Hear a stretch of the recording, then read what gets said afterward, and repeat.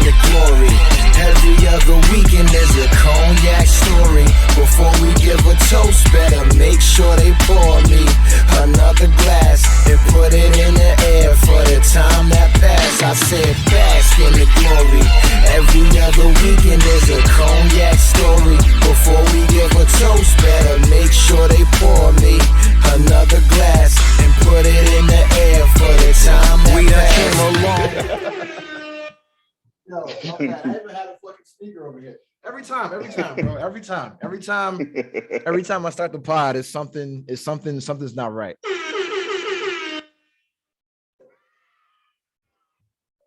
Welcome back. We are back. We were not supposed to be back, but I was forced to do this fucking podcast by the bad boy of barbecue, Jamal Nance, because he wanted to show off his new fucking logo as his background for the Zoom. He was like, I want to do a pod so I can advertise this sweet meat that has plenty of heat. It's so good it'll knock you off your feet and make you felt like you too did also skeet, and stain up the sheets. That's how good that meat is, dog. Yeah, that's gonna be in a commercial, bro. It's gonna be me and Little John. You know what I'm saying? From the window to the wall, to the barbecue sauce drop down your balls.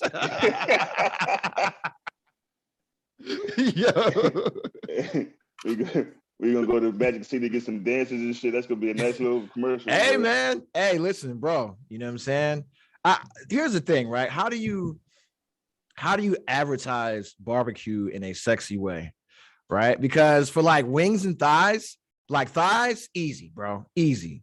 You get some women with nice thighs, right? Wings, I don't know, titties. Hooters did it for a long time, but it's like if I'm advertising barbecue, you know what I'm saying, and you know it's ribs and other shit. I don't know. You got to get the lady with the the nice curves and the nice little apron, and she just got to do everything real slow. That's all. Well, I mean, is she like gonna have like the fat on her arm? Because I don't want I'm not buying no food from anywhere that doesn't have hella fat on her motherfucking arm. Turkey wing right there. And that's the catch. Like I watch a lot of barbecue videos and tutorials and all that shit. And every dude that I see making barbecue, even females, they're all heavy set. Mm-hmm. Like I think from all the videos I watch, I'm the skinniest one. So, but it's like, nigga, you ain't skinny. And that's the thing. I ain't but relatively speaking, you are absolutely right, bro. You are absolutely right. But it's like you said though, you're not gonna go somewhere to get some barbecue from a nigga that's that been working the fuck out. Nigga, you don't eat your shit. Hey, listen, the only time I will get food from somebody that's like slim is like Asian food. So if it's like Japanese or Chinese cuisine, like Thai food, okay, yeah. If he's slim, I'll fuck with it. But if I go to a Mexican restaurant, a soul food spot or a Mexican spot, yo, if I go to anywhere where there's people of color cooking and y'all don't have diabetes, I'm not eating that shit, dog. If y'all don't have high blood pressure, I'm not eating that shit. You know what I'm saying? and that's the thing. Like it's crazy because you know what I mean. You gotta, especially with the barbecue, you gotta. I don't want to be all fat shit, but at the same time, I want you to also to see that I also eat my product. Yeah, you know what I'm saying. So it's a little thin line, but if I go somewhere to get some barbecue something, and the nigga back there on the grill, the smoker ain't about 250 and up, I ain't fucking with you, dog. That nigga's not eating his shit. I will say this. So there's one person that I know who's a really amazing chef who's like diesel as fuck. And that's my sister's ex-husband, you know what I'm saying? Fred Gilmore. He has a restaurant, hot chicken kitchen. But he's diesel as fuck.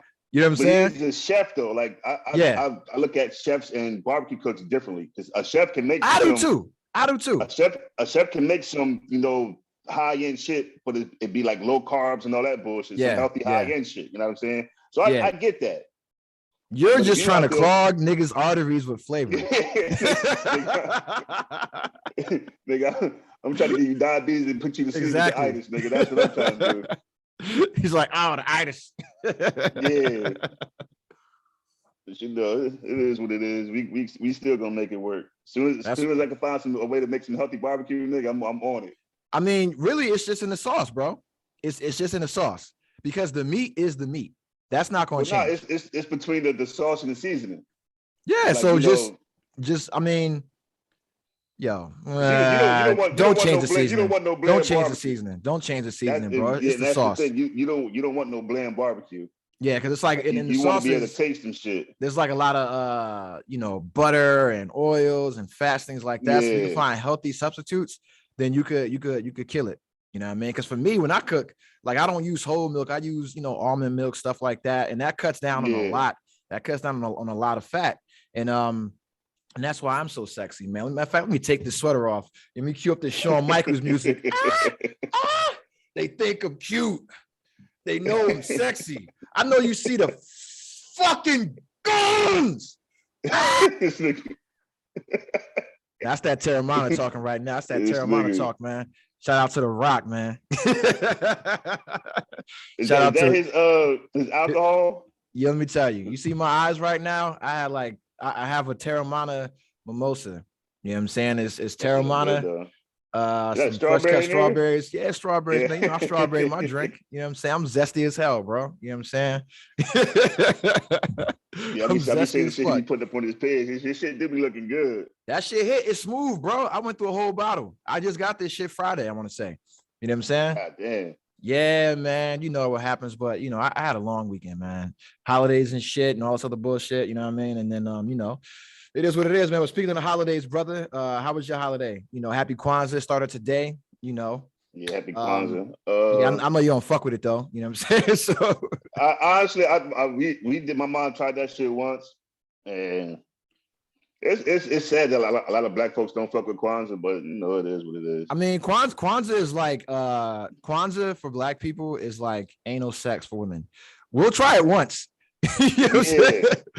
We'll try it once until we did it. All that, and that's it. You gotta get the candle, each candle a different day. You get like a present each day or something. It's actually dope as fuck though, man. It's just like Hanukkah, except later in the year. It's like just like Hanukkah. It's like Black Hanukkah. It's dope as fuck. And when I've celebrated it many times and I enjoy it. And normally every year I post a bunch of stuff about it. You know what I'm saying? But let me tell you something. Y'all don't like seeing that shit. Black people would be on my ass. Like, why are you always posting this Kwanzaa shit? Let us celebrate Christmas. Niggas don't give a fuck about no Kuji, Chagu, Leah, and Umoja, and Ujima, and Kumba, and shit like that, and Ujama. Yeah. Nah, bro. Like, every time I post some shit about Kwanzaa, it's the blacks, you know what I'm saying, that have something to say about it because they want to celebrate Christmas. They want a white dude to slide down their chimney in some red pajamas and give them some presents. You know what I'm saying? So, hey, I can't knock that, bro. It is what it is. But me, I fuck with Kwanzaa. I got a new holiday I'm gonna fuck with. I'm gonna tell you but later. But how was your holiday, bro? Because I cut you off before you could even answer. Nah, it was cool. Christmas now is for the kids. I don't look for shit like that. Especially when you have kids. You just buy all the shit for them as long as they happy with the shit they open up. They cool. So woke up early. Kids, actually, I thought my kids were gonna wake up earlier than they did. They woke up like at 8 o'clock. Yeah. You know what I'm saying? Ran in the room. Dad, can we open the presents? Well, my son woke up first. I'm like, okay, you gotta wait till your sister wake up. But don't go in her room and wake her up. Like, wait till she just wakes up naturally. You know what I'm saying? So, because he came in the room like 7:30. Then like a half hour later, they both come running down the hallway. Dad, can we open the gifts? Or we gotta wait till mommy wake up. Like, yeah, you gotta wait till your mom wake up. She was like, no, I'm awake. So, open the gifts, whatever. By, I think I'll say they started opening gifts like 8:15. By like 9:45, they was like 8:45, they was done with everything. Like opening up all shit. And now they want to play with certain shit and we got to go get batteries for shit and all this other bullshit. Oh, you ain't had the batteries already on deck? But nah, because it was crazy because we've been moving all week. Yeah. You know what I'm saying? So between moving and my wife was ordering stuff from Amazon. So between all that, we just completely forgot about getting batteries. Yeah, because Amazon, they'll hit you up and they'll be like, yo, you want these batteries? You know what I'm saying? Like, hey, there's 20 batteries. You should probably order these shits. We go to BJ's and get the big pack for like $12. Shout out to BJ's, man. I ain't been there in a minute, but they got some deals, bro. They got some So, deals, man. We did all that. Went to my brother's house for dinner. Had some time, spent some time over there, and came That's back what's up, home. man. So it was So, nice. so nice who got the day. who got the PS5 this year, man? Who got the Xbox One? Me. You got it? My son. Hell no. Oh, Well, listen. Told my wife her gift was this house and the fucking furniture. That's your gift. Merry Christmas. hey, that's a very amazing gift.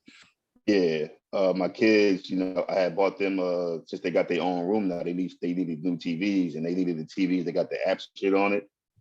So I got them both 50-inch Samsung TVs, which they obviously don't need a 50-inch. That was just me being me. That's you, son. Hold up. And so for y'all that didn't hear that, he said his kids got their own room and they each got 50-inch Samsung TVs in the room. All right. Yeah. 50-inch TVs. All right. let me tell you, back in the day, 50-inch screen limousine with the sofa. You know what I'm saying? With the sofa. You know what I mean? Like, yo, bro, that's some shit that, phone Jill about 2 G's flat. You know what I'm saying? No need to worry because Slox handles that. I was telling my wife that, like, when I was their age, I ain't had none of this shit. Bro, but listen, we was happy to have a 13-inch TV back in the day, bro. I was happy to have a TV, nigga. Period. You know what I'm saying? Motherfuckers had the big TV on top of they had a little TV on top of the big TV and shit. Yeah. Listen, if you black and ever went to your grandma, your aunt house, and she didn't have the floor model joke that didn't work with the new TV on top. Yeah. You need to check floor model history, TV bro. looking like a whole fucking desk. You know what I'm saying? For It's real. wood. It's mad wood. Like, imagine walking into somebody's house now and just seeing a whole block of wood with a TV and they're like, yo, what the fuck is that? If you hit your toe on that shit, try to turn around the corner. Yeah, big ass fuck. It's like a library, bro, with no books, just TV and 2 little ass speakers. Picture still, it's the picture like 240p, bro. Blurry as fuck. You know what I'm saying? No HD. Terrible. Big ass fucking just box of wood with a little TV in it, bro. Like that's a time machine, dog. Listen, man. Bruh. Listen, I remember it's crazy when the shit would break. They wouldn't even take it out. They just leave it there, just keep because it's too heavy to move. The shit came with the house. You know what I'm saying? Like, that shit was heavy as hell. You got to get 6 motherfuckers and carry it like a casket, bro. Like each motherfucker on the shoulder walking a dead ass TV out. When I moved in with my girl and her mom, she had a floor model TV, and the screen had fucked up. It was always green. Yeah. So I was like, fuck that. I bought the flat screen or whatever. The niggas, the people that come, they're like, oh yeah, we'll put the new one in and take the old shit out. The niggas had a hard ass time trying to pick this motherfucker up. They're watching. Like, nah, nigga, I'll get paid to do that shit. That's your problem. Yeah. Hey, man. If you pay like you weigh, you can stay, baby. But my shit was straight. How was your Christmas?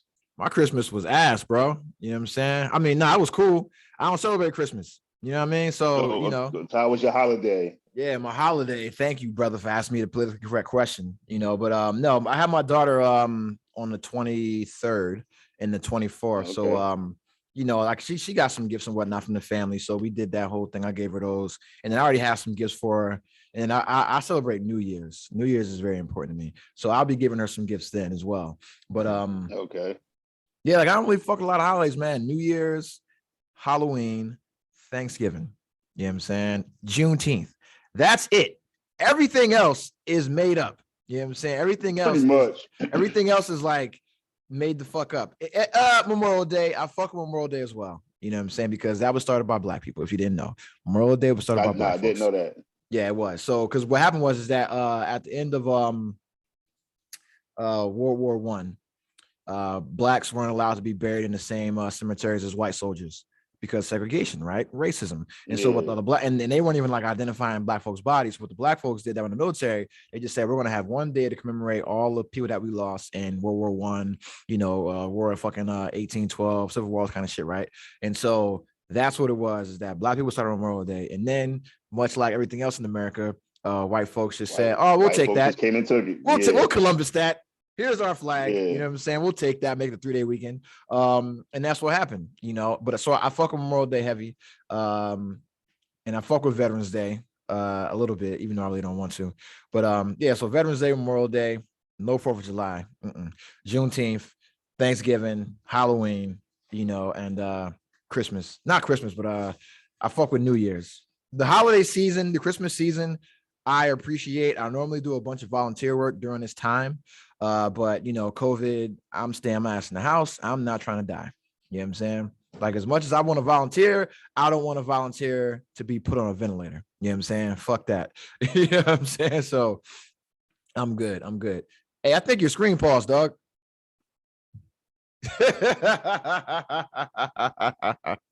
Yo, this motherfucker screen just froze. Yo, hold on real quick. Hold on. All right, so we had a slight technical difficulty. My man Jamal, he has a Google Chrome phone, and that shit overheats like a fucking hydrogen bomb after 10 minutes of recording. So you know how that goes, man. Listen, get you a fucking iPhone, bro. Get you an iPhone. All right, fuck them iPhones, them shits cooler than a polar bear's toenails. You know what I'm saying? Shout out to my boy, Big Boy from Outkast, bro. But we are joined by my older brother Calvin Meacham. He slid in. You know what I'm saying? He slid in the podcast. Right now we're just talking about my holidays and why I don't fuck with Christmas, things like that. What holidays I fuck with? But no, so I invited my my girlfriend and her mom over for a Christmas brunch. Oh, I meant to ask you how that worked. Let me tell you, brother. It's a good thing I got the fucking Terramana tequila right here, bro, because it was a little bit testy for a second. You know what I'm saying? But not really though. I mean, I talked to you about it yesterday. You know what I'm saying? So you know what the fuck I'm talking about. But no, it was good because niggas got to do that shit, bro. Like as men, you got to throw down the fucking gauntlet, bro. You know what I'm saying? You got to say, hey, I'm him. This me. You know what I mean? I'm the man. I'm that guy. I'm that guy, pal. Right? Like I'm the guy in your daughter's life. And I want to sit down and meet you and talk with you and make sure that you're comfortable around me because I'm here for the long haul. I'm here for the long run, and I want us to have a good relationship. And for me, I like to make my peace offerings over food, man. You break bread with somebody, and my girl set me up for absolute fucking failure by telling her mom that I was going to interrogate her. And she also told her about the podcast. So mom listened to the podcast, right? So if all you do is listen to the podcast, and you get told by your flesh and blood that I'm going to invite you over for breakfast in order to interrogate you, you are going to come in with guns cocked, locked, and ready to bust off in my face like a goddamn Bukkake video. You know what I'm saying? And so, bro, it was like a Western. It was like a Western movie, bro. It was like a Mexican standoff. She had the 6 shooters. Damn, shit was ready, bro. Just was ready. Just was ready, bro. You know what I mean? It was like the Hateful Eight or some shit, dog. Like, but it was cool though, man, because mom's super funny, and I once let me tell you, right? I'm very charming, you know what I'm saying? But I'm also, if you don't know me, I can be very off-putting, you know what I'm saying? And for me, if I just meet somebody, right, I like to, it's like boxing. The first couple rounds, you just filling each other out, getting each other's timing. Like my personality can be a lot for people. You know what I'm saying? Like, and I don't want to overwhelm you with that if that's not what you're used to. So I like to feel your energy and then put my energy out, right? And then it balances out. You know what I'm saying? And then I also have a rule, right? And like if I don't know you, I don't make eye contact with you for more than 2 seconds. You know what I'm saying? If I know you, then yeah, we can have a fucking staring contest. I asked you about that yesterday. It seemed, I don't know, because you always talk like meeting somebody, talking with somebody, that first introduction, you make eye contact when you talk. Yeah. So you give them that speech eye contact. You gotta glance the whole room. You have to scan the room, bro. And because I'm used to addressing groups and people, and I know we meet people in group settings. So it's like, hey, I'm used to this, and I, the daughter's right here, so I'm going left to right. You know what I'm saying? Like literally 2-second intervals and shit like that. Or I'm looking at other things, you know what I'm saying? Because I'm talking and I'm just, enjoying the scene. You know what I mean? This is my girl right here. She's like, I didn't set you up. I didn't set you. Yeah, whatever she did. You know what I'm saying? But but no, it was cool because mom is super funny. And let me tell you right now, once I told the story about showing a grown man my butthole, changed the whole mood. You know what I'm saying? Changed, that sucked the rim, bro. That sucked the rim, bro. No pun intended. Hold on. How did this come up in the conversation, bro? Because we were talking about smoking weed. You know what I'm saying? So we were talking about doing or like trying drugs or doing marijuana or some shit. No, I said, yeah, like I had tried marijuana for a little bit after I retired. You know what I'm saying? And then I was like, I had to stop because I'm allergic. And then she was like, well, how are you allergic? And then I said, well, hey, this is how I found out. And I told her the whole story, and I'm not embarrassed about shit. You know what I'm saying? Like, I'm very self-deprecating. I mean, come on, fam. Like, I'm me, bro. Like, fuck I got to be embarrassed about. You know what I'm saying? Like, I hold my dick every morning. I'm already embarrassed enough. You know what I'm saying? My greatest shame. You know what I'm saying? Yeah, but nah, it's like, yo, I ain't embarrassed by shit. You know what I'm saying? And so and then when you share with people, they'll share with you. So it's like, yo, I ain't got no problem sharing a super embarrassing story about myself. And so, I told him about, me making eye contact with a dude looking at my butthole because I'm half high and having an allergic reaction to marijuana. And then she thought it was funny, was cracking up. And then she, started talking about her shit. And then that changed the whole mood. You know what I'm saying? But she had to show a guy her butthole too. No, nothing like that. But everybody has their stories. Like, we hits everybody differently, man. Like, that shit is crazy. You already done eating? Oh, okay. But yeah, we hits everybody differently, bro. And I'm gonna tell you right now, like, yo, have somebody there with you. You know what I'm saying? So I was gonna ask about that because I've been talking cash money junk, but I've never done it. So it's like I need. You're not ready, bro. You're not ready. This new weed they got, man. This shit too strong. It's too. You gotta get some Reggie. Like, you gotta smoke some Reggie. You know what I'm saying? Dirt, bro. Yeah. That stuff that Bruce grew up on. Some snickle fits, bro. You gotta get some snickle fits. Cause this new weed way too strong. What's that from? That's from Pineapple Express, right? Yeah. Yeah. But nah, the holiday was cool, man. I got, some cards and shit from mom and grandma Jackie and shit like that. So I'm about to go buy, I bought, my daughter some shit, and I'm gonna go buy some candles later on today. Because I gotta get the mood right for that last finale, the finale of Insecure. You know what I'm saying? Lawrence Hive in the building. Right. You know what I'm saying? L motherfucking V in the building, bro. You know what I'm saying? Hive till I fucking die. You know what I'm saying? Free the guys. I know my girl gets tired as fuck of me making mad noises watching Insecure. Every time something happens, I'm like, god damn. I'm like mad as shit. Or I just yell out randomly, free the guys.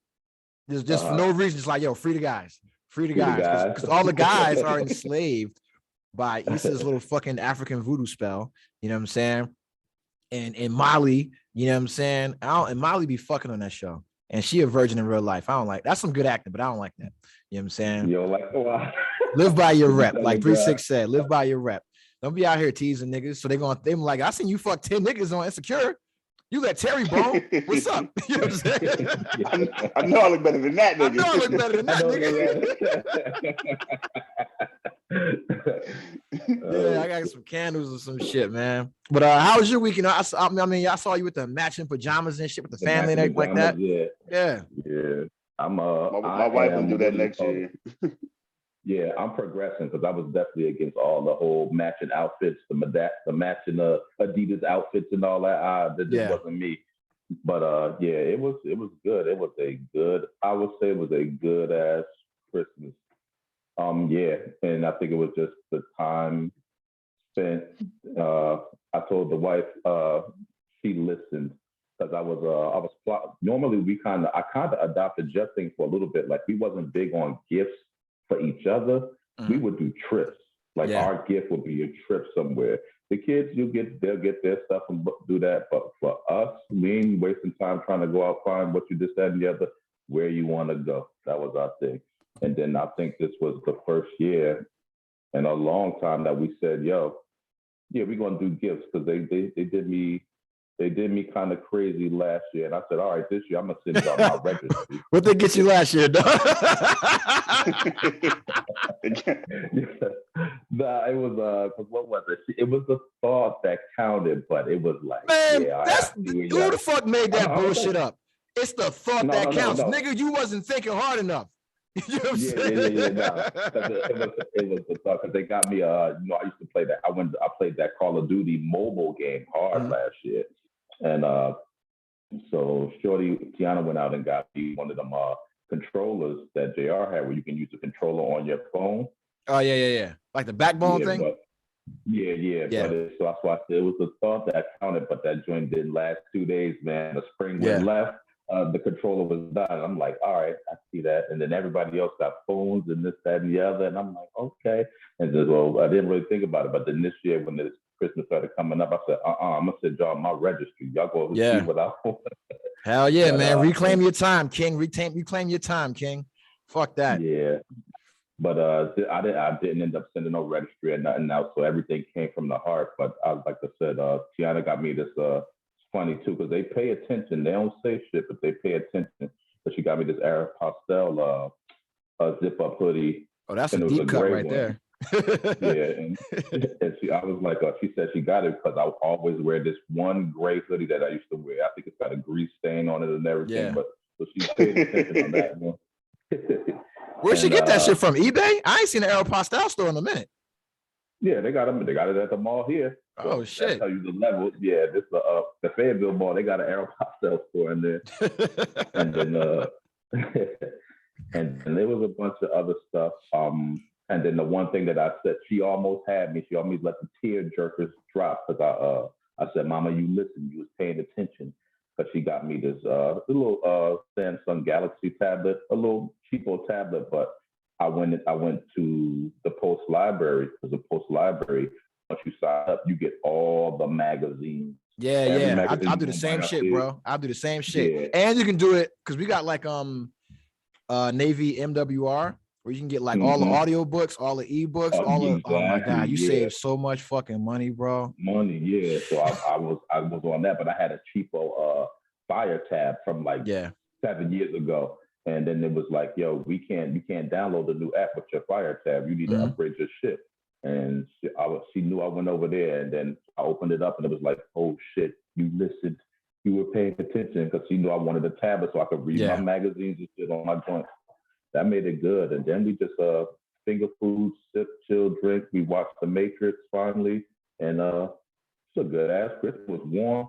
We was outside playing basketball. Yeah, it was like 60 something, man. Yeah, it was like 70 out this motherfucker. God damn, man. Niggas doing Christmas wearing shorts. Yeah, I'm in 77 right now. Yeah, it's kind of cool where I'm at right now. So I'm in Silver Spring. It's 52 degrees, so that's why I got the sweater on. I got the window open and shit. You know what I'm saying? Crispy. You missed the gun show earlier, but there'll be tickets on sale later. You didn't miss it. You didn't miss the gun show earlier. But yo, so we got somebody. Sadira, unmute yourself, dog. Oh shit! Make sure no noise in the background. Big fucking money in the goddamn building. All right. More money, more motherfucking problems. You know what I'm saying? When you talk about dollars, talk about Dira, god damn it. All right. You know what I'm saying?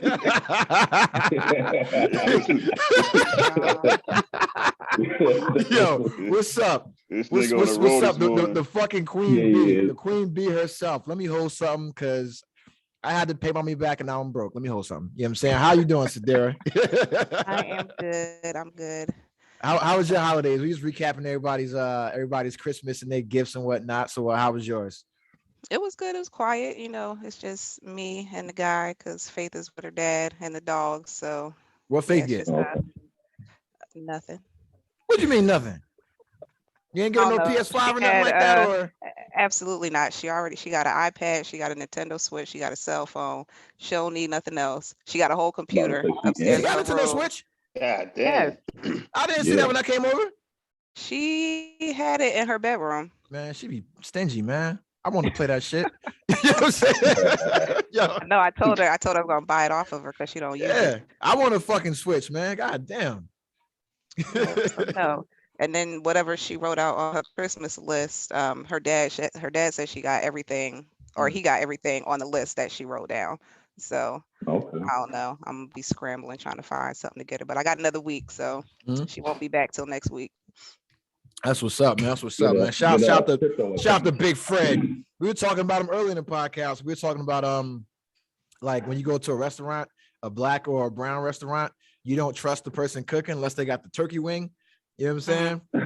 And I was like, the only motherfucker I trust to cook that's not like overweight is him. But I'm like, he's mad diesel though, so he eats the food, but he just work out a lot. Other than that, if it ain't him, I ain't trusting nobody that's like slim cooking. You know what I'm saying? Like it ain't happening. So what'd you get for the holidays, for Christmas? You celebrate that shit like you and your man? Not really, no. Oh, why not? That's what I'm talking about. Fuck that shit. Right, exactly. I'm a gift giver year round, so it's like I do Christmas for Faith. See, I appreciate that right there. I'm a gift giver year round. Why the fuck do I gotta do more shit on this one fucking day? I mean, I say the same thing, but when I say it, niggas think I'm just being cheap. So I'm glad that a woman is saying that shit. For the simple fact that you walk in the house and the fucking lights is on. Oh, shut up. Shut the fuck up. The light bill is not a gift. Get the hell out of here. Your car no paid. Fuck that. Did that toilet flush? Right, exactly. That's a gift. But I feel that I'm a gift giver year round. Fuck that one day shit. Yeah. No, I mean, I know he got me some stuff. It's still on its way here, postage delay, all that fun stuff. But I gave him all his gifts before Christmas. It came in mail. I was like, here. You don't get an engagement ring delivered via mail. Fuck this nigga doing. You got it. Oh shoot. Engagement ring. No. Shots, motherfucking fire. I did get a ring, but it's not an engagement ring. So yeah. What's the point? What's the nigga doing? You got a mood ring. A mood ring. Might need that. Oh man, what, he got a ring pop? A ring pop. Oh shit. What? No. This nigga went to when you go to the laundromat, they have like a little quarter machine. You put that bitch in. You put the quarter in the turn the shit. Yeah. That nigga said, yeah, she gonna love this. If this ring ain't come from Jared, take this shit back, nigga. You know what I'm saying? Hey, quick question. How do I do to get my fucking background on the phone? You want to turn, first off, you want to turn this shit landscape. Yeah, I got that.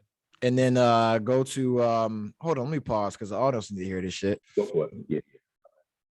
All right, ladies and gentlemen, we are back. We are motherfucking back.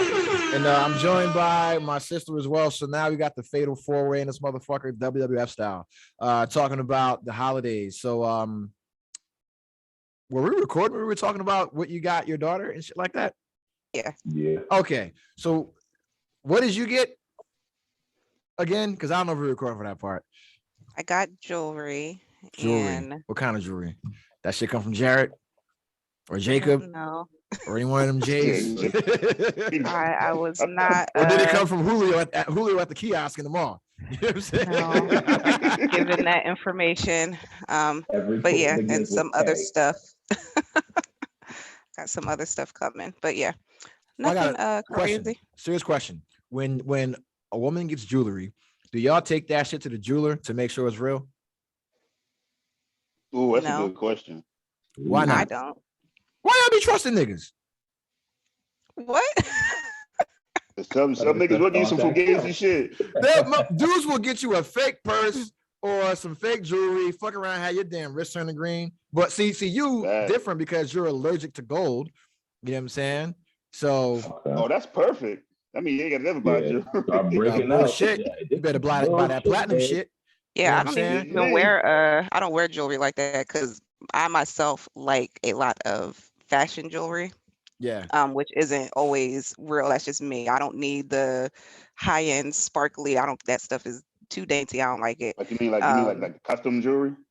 Yeah, but I Okay. can't wear fake jewelry because I will break out. I'll get like rashes around my neck and stuff like that. So, like Grandma Jackie got me a real nice necklace, like it's beautiful, but I don't think I can wear it because the chain. If I do wear it, I'll have to replace the chain. Yeah. Yeah. So is it just yellow gold or white gold as well? It's just I can't wear anything fake. So I can wear like natural metals, but if it's plated, if it's gonna rub off, then I can't wear it because once it starts tarnishing, then it's gonna. Oh yeah, I got you. Yeah, man, I feel you. I'm the same way, man. That's why I be telling them, man, like, don't give me no fake shit. You know? Fake shit hurt my skin, nigga. Hell, just listen. I fuck around, have a keloid. Hey, if I get a keloid, we breaking up. You know what I'm saying? You fuck around, my neck turn green.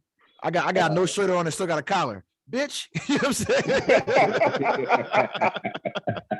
You might as well give me an STD. What's worse? Shit. Finding out you got burnt or find out your girl got some fake Jordans. You know what I'm saying? Oh, shit. You know, your girl go to the barbershop to buy you some Jordans. You find out them shit's fake. I'll be mad as hell, man. Nigga. with your Sadira. How come you don't celebrate Kwanzaa? How come I don't celebrate Kwanzaa? Yeah. I don't know. I never got into it. Man, listen, black folks need to celebrate Kwanzaa, man. Shout out to the gods, you know what I'm saying? Shout out to Kwanzaa. Yeah, that shit is real. But so we talking about the holidays, we talk about Christmas and all shit. Why y'all be fucking with listen, man? Shout out to my white audience. You know what I'm saying? Shout out my boy Mike Wangen. You know what I'm saying? That's my guy, man. Why do y'all fuck with Christmas? Why do y'all tell y'all kids about a goddamn white dude in some red pajamas coming down your chimney? You know what I'm saying? I don't know. Coming down the chimney. Not real.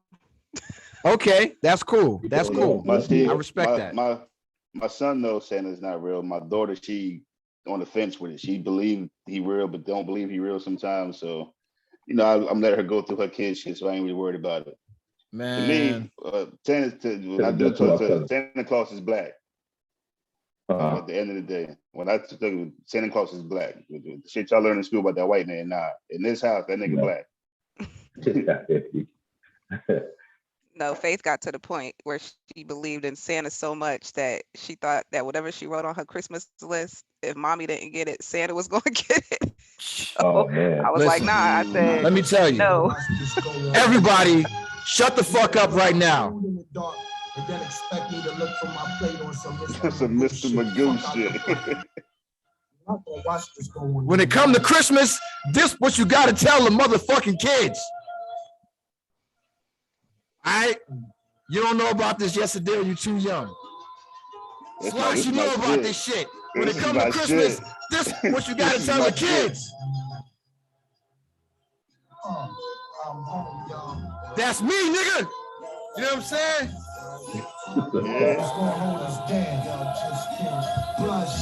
I'm spilling lemonade on my shirt. I don't give a fuck.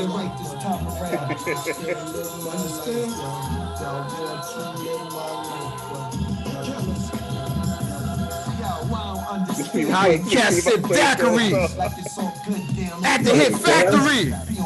Hold black and me. Take your wrist rappery. I ski Uzis. Turn down 3 movies. This one came was nice. I eat your food fast. And this shit rocking to the chorus. YouTube is gonna cut this whole shit off. I don't care. They will for real? Yes, they already took down 2 of my pods for having music. Damn, that's fucked up. Stop pitching to his daughter.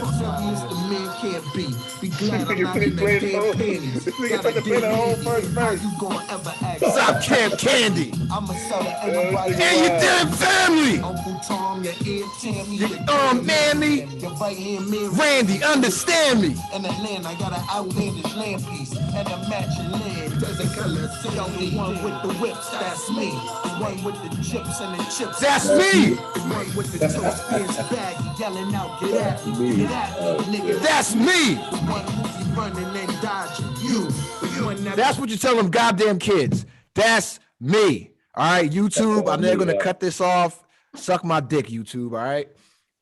Don't suck my dick. Don't cut my podcast off, please. But no, listen, man, when it comes to the kids, man, listen, that's me. I'm Santa.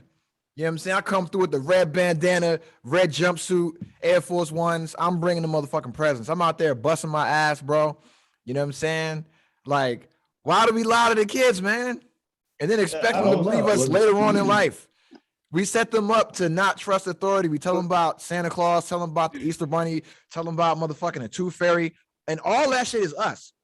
So why the fuck would we expect them to believe anything else we say later on when we've lied to them their entire childhood? You know what I'm saying?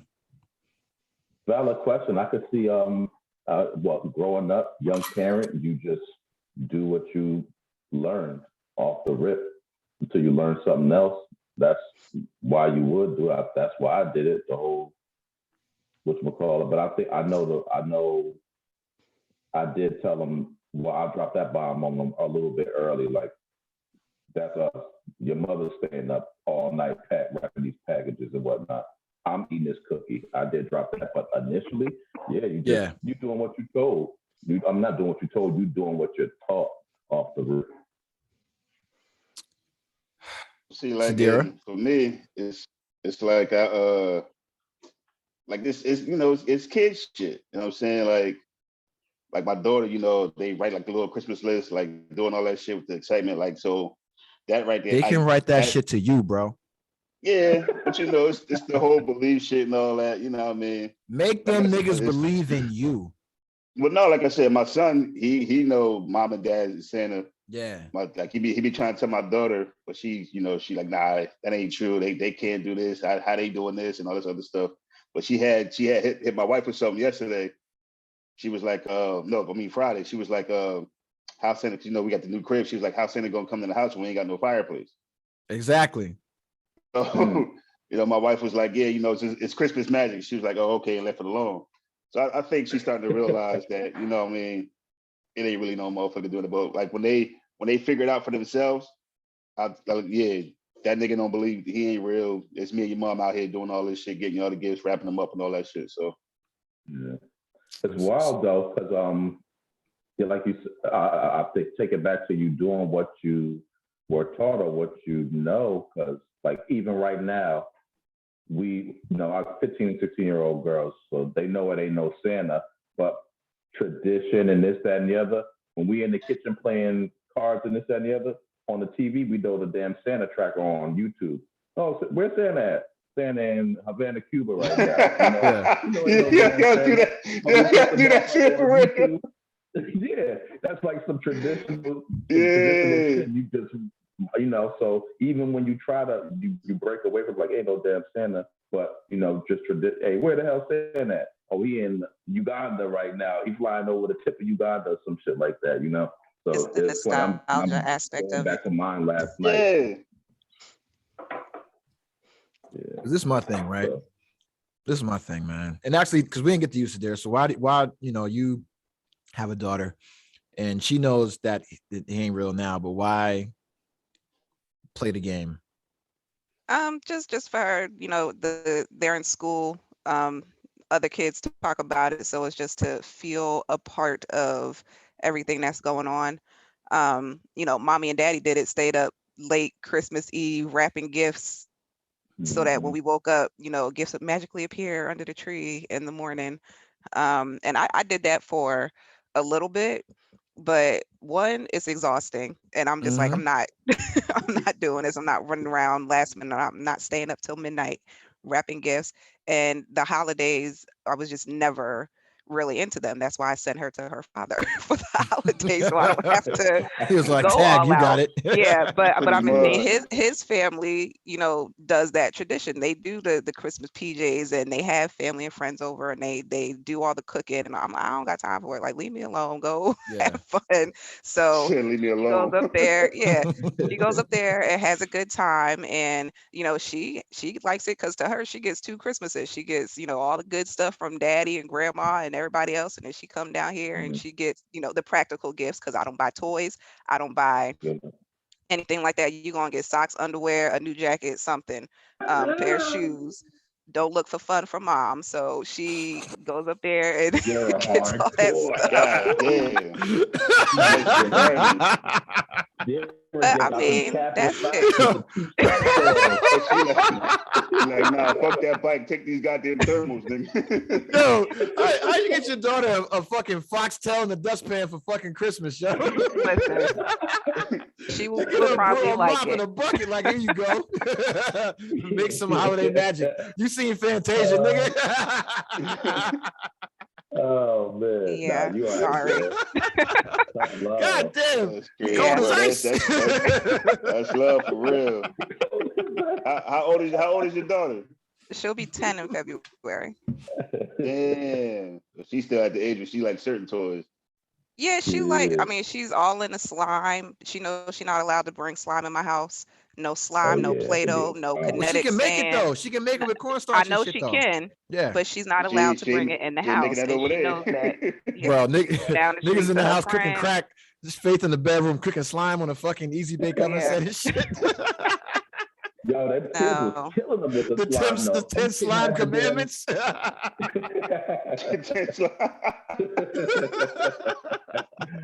But she likes arts and crafts stuff, like jewelry making. She likes to draw, so I might get her some of that. I'm probably gonna get us a matching pair of boots. That's all fun stuff though. Yeah, I mean, kinda. So you got a lot of Bruce in you, man. Doing like grandpa. Yeah, remember grandpa used to hit us with the National Geographic magazines, and we'd be like, that shit, or like the electronic sets, that kind of shit. You know what I'm saying? Sets, yeah. But then that guided us into, was fun. No, it came in handy because if you look at the trajectory like of us, like what the fuck we went into, career wise, it's like that nigga set the blueprint right there. You know what I'm saying? Yeah. And then yeah, man, it's crazy. So I'm all about like the getting the STEM toys for the kids. That's what I do for my daughter. Yeah. Everything is an educational toy. Everything is like either some Montessori toy or some STEM toy or some kind of sensory motor toy, things like that. So you learn through play, because my whole thing is like, listen, man, I can't have no dumbass kid. You know what I'm saying? Yeah. And I done seen some dumbass kids, and that's not gonna be me. You know what I'm saying? I ain't gonna fight for custody if I got a dumbass kid. I'm like, nah. I don't know that person. Turn it to Mariah Carey real quick, yo. That was purple face. Yeah. Yeah, exactly. Oh, we lost Sadira. We lost Sadira for a second, but that's cool. I'm here. You lost your other friend. Oh, we lost Jamal. His phone overheated. You know what I'm saying? That's what it is. He got a fucking Google phone. But all right, so because we just talked about I talked about earlier about meeting my my girlfriend's mom for the first time. I cooked them brunch, chat over here. We had a nice conversation, nice talk. Wonderful person, very funny. I think we'll have a great relationship, very down to earth, and we're both on the same page about a lot of shit. We talked yesterday. So so my question is for you, we'll start with you, Sadira, because now you're in the left-hand corner on my screen.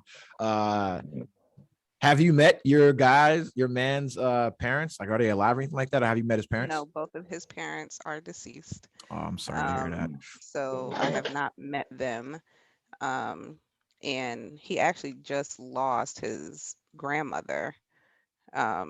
Funerals this week, and he lost his grandfather a month or so ago. God damn. So the people who have raised him are gone.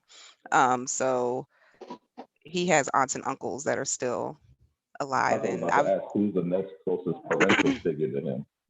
Yeah, he has some aunts and uncles. I've chatted with them via phone. They're pretty funny. Not on video though. Just talking. But they're pretty funny. But no, I haven't met anyone yet. We're trying to figure out a decent time to get out there. They're in Ohio. So Ohio's trash too, so I wouldn't be in a rush either. But yeah, no, that's it. I again talked to some of his friends just via phone when they're on the phone chit chatting and stuff, but that's it. So is it important for you to have a good relationship with somebody that you're, romantically involved with their family? Think so. Why? Hell yeah. Because at the end of the day, well, my thought is at the end of the day, that person is always going to have the family and the other person is just kind of an insert, but that also depends on the family dynamic. So, with us, you got to win your way in. So yeah, because that's the next question Yeah. is how is it when is a good time to introduce like the person you're dating to your family?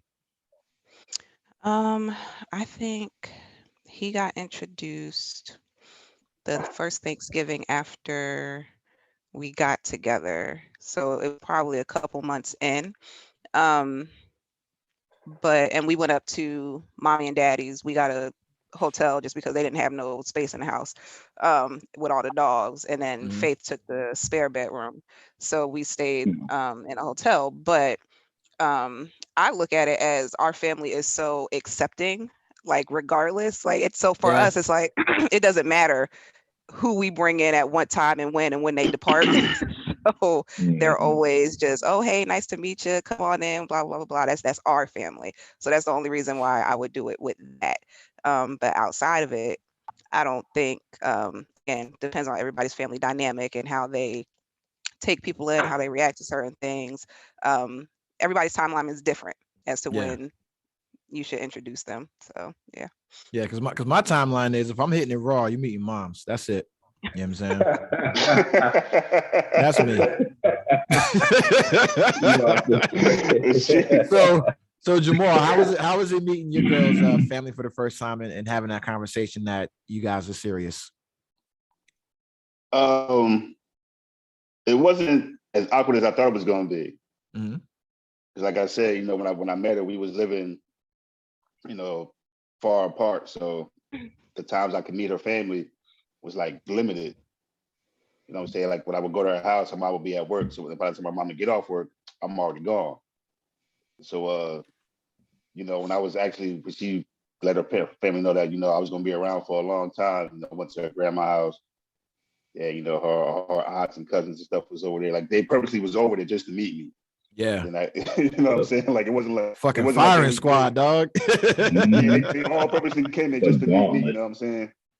But like once they, got to like talk to me and, realize, I'm a good person, I ain't gonna be out here doing no dumb shit. They kind of backed off a little bit.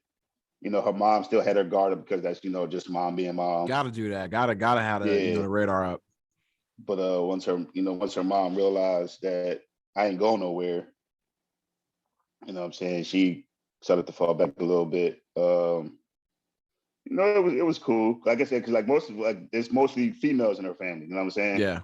So I ain't had to deal with no dudes. Women, Jamal. Women, Jamal. Yeah, I ain't had to worry about no guys. No masculine energy. No niggas overstepping their boundaries and shit, trying to check you. Yeah, you know what I'm saying. So, that was cool. What about you, Calvin? My parent, my mom. Your mom is cool though. Yeah, but I took her to her first time she went around my family was on Thanksgiving. Yeah. She came down, we went, and they all do this, you get the cousins where they do the joke shit where they, act about the third degree, but yeah, because that's my sisters. They do that shit. You know what I'm saying? So she ain't have to really go through nothing like that. It was a cool transition. That's what's up. That's what's up, man. What about you, Calvin? Because you had to meet Monica's family and shit like that. How was that for you, bro? Yeah. It was easy for me. I'm kind of like you. Meeting parents, talking in front of people that you don't know, that's nothing. So it was easy to do, and it was just if I wanted to get that second date, if I wanted to lock it down, I had to meet the parents, meet the kids, all at a football game in a public setting. So it was like, and I had to, like I told you, I had to drive 3 hours to get there. So how bad do I want it? So I wouldn't want it. So meeting them was nothing. That was easy. And that was like the second major date. And then I met, I think I met like a sister and her mom's over Christmas, like the following Christmas or something. And it was still easy. But it like you said, it's definitely important. I can tell the difference because the first marriage, you know, I hit mommy with the shotgun. Guess who's married? And that shit didn't go over well at all. And she never said nothing to me majorly, but I know she felt the way. But I felt it between everybody felt the way. Yeah. So niggas was hot. Niggas was hot. I was hot. You were hot. Yeah, that's what it sounded like. Okay, yeah. See, exclusive because I never heard this from you, but I just know in my dealings through that time period, like remember I went to Korea during that time period. So the wife and your mom's is not vibing. Daggone, I came back home. I remember when I brought her up there, and that was not a good experience, you know. So Monica, she went through the ringer. One, it took mad long before, okay, yeah, I think you're going to be the one. But then it was two, you got to meet my family. You got to meet my friends, like my best bros. These are the people that I'm going to be talking to every day. If you don't vibe, it ain't going to work. And I already She met them Elizabeth Street niggas? You met them Elizabeth Street. Fucking dust balls. You had to meet them niggas. Yeah, I know. Those are my bros right there. She had to meet all three of them too. That's what's up, man. Shout out to them. But that's important though, because for me, one of the biggest mistakes that not that I made, but like one of the biggest misconceptions was that, you know, when you're marrying somebody or getting involved with somebody, it's like, oh, I'm not marrying your family, I'm just marrying you. Well, no, you're absolutely marrying into that family, and that's your new people. But then it's like, you got to understand that is you guys' support system.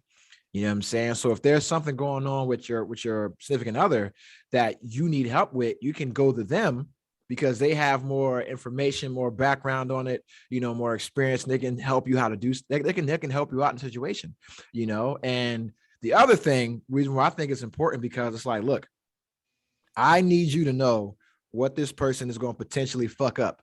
You know what I'm saying? Because it's like, yo, I'm him. You know what I mean? I'm that guy.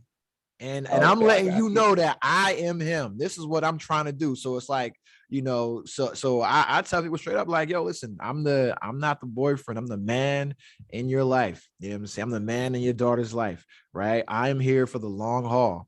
Like, my intention is to start a family, to have a real ass shit. If that's what they want, you know what I'm saying? And now they have to verbalize and say that shit. I'm all about verbalization, speaking things into power, into existence. Words mean something. You know what I'm saying? So if you don't say what you want out loud, it ain't gonna happen. You know what I'm saying? So like for me, it's like, you know, my girl hates the shit, right? But it's like, yo, like if you got a goal or something like that, you need to say that shit out loud. You know what I'm saying? And if it's something like, that speaking into existence type shit. Yeah, and if it's something that I'm supposed to help you out with, you need to say that shit to me. You know what I'm saying? You know what I mean? And that's it, you know, because for me, it's like, yo, why the fuck I got a goal when you don't know about it? Or why I got a goal and I'm scared to tell you about it? Like, I'm supposed to share everything with you. You know what I'm saying? So it's like, why can't I share my goals with you? You know, the shit that I want to work on, like my areas of improvement, my weaknesses, things like that, because then how can you support me? You know, so it's like, if I want to lose weight, I need to be able to tell my girl, hey, sweetheart, I want to lose weight this year, you know, and that's something I'm gonna work on. I'm telling you that so you can hold me accountable.